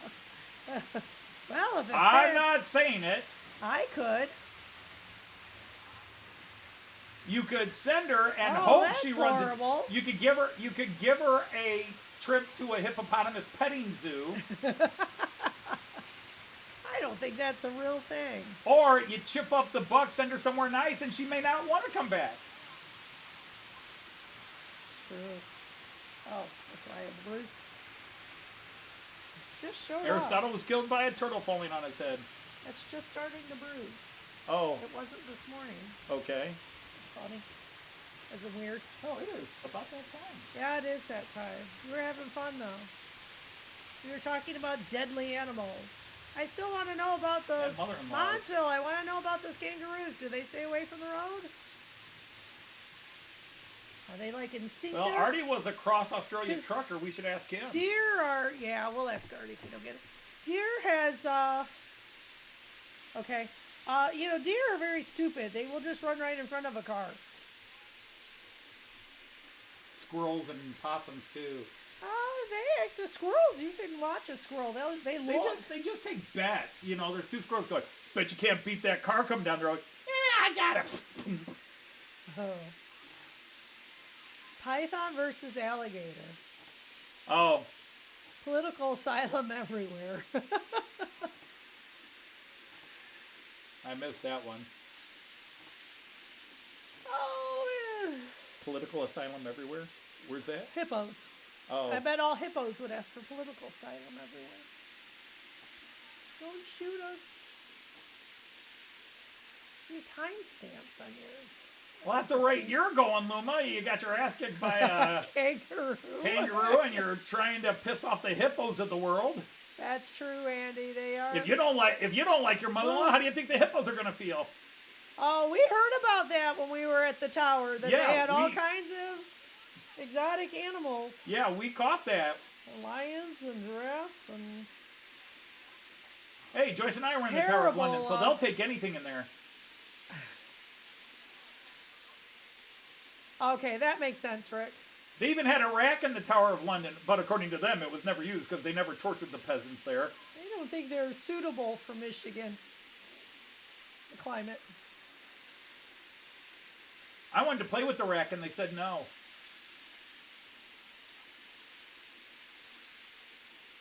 Let's play Inquisition. Oh, baby. Oh, my sister, turn these off. Sorry, not doing my job. Okay, so there you go. It escaped the kangaroo escaped an exotic pet dealer. You know, the minute you say exotic, it always makes it sound more criminal than anything. Like, hey, want a kangaroo? Wallaby? I got your South American alpaca right here. Okay. Beep, beep, beep, beep, beep, beep, beep, beep.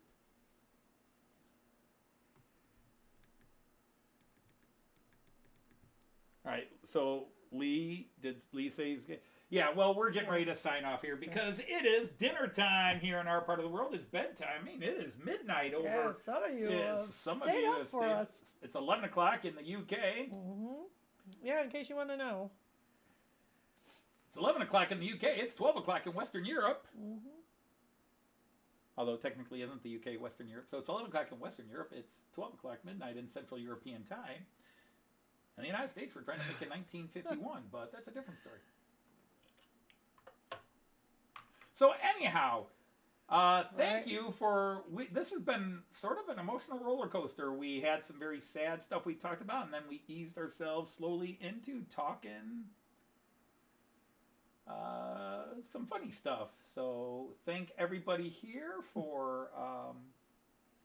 donating your time. It is amazing. Coming in. Next week, I got to try to come up with something special because next week is number 200. It's the 200th is the number 200. Well, it's not my 200th live stream. I've done more than 200 live streams. So it'll be the 200th official Outsider Insider Live. Okay. All right. Fine. Next Friday. So we'll have to try to come up with something special.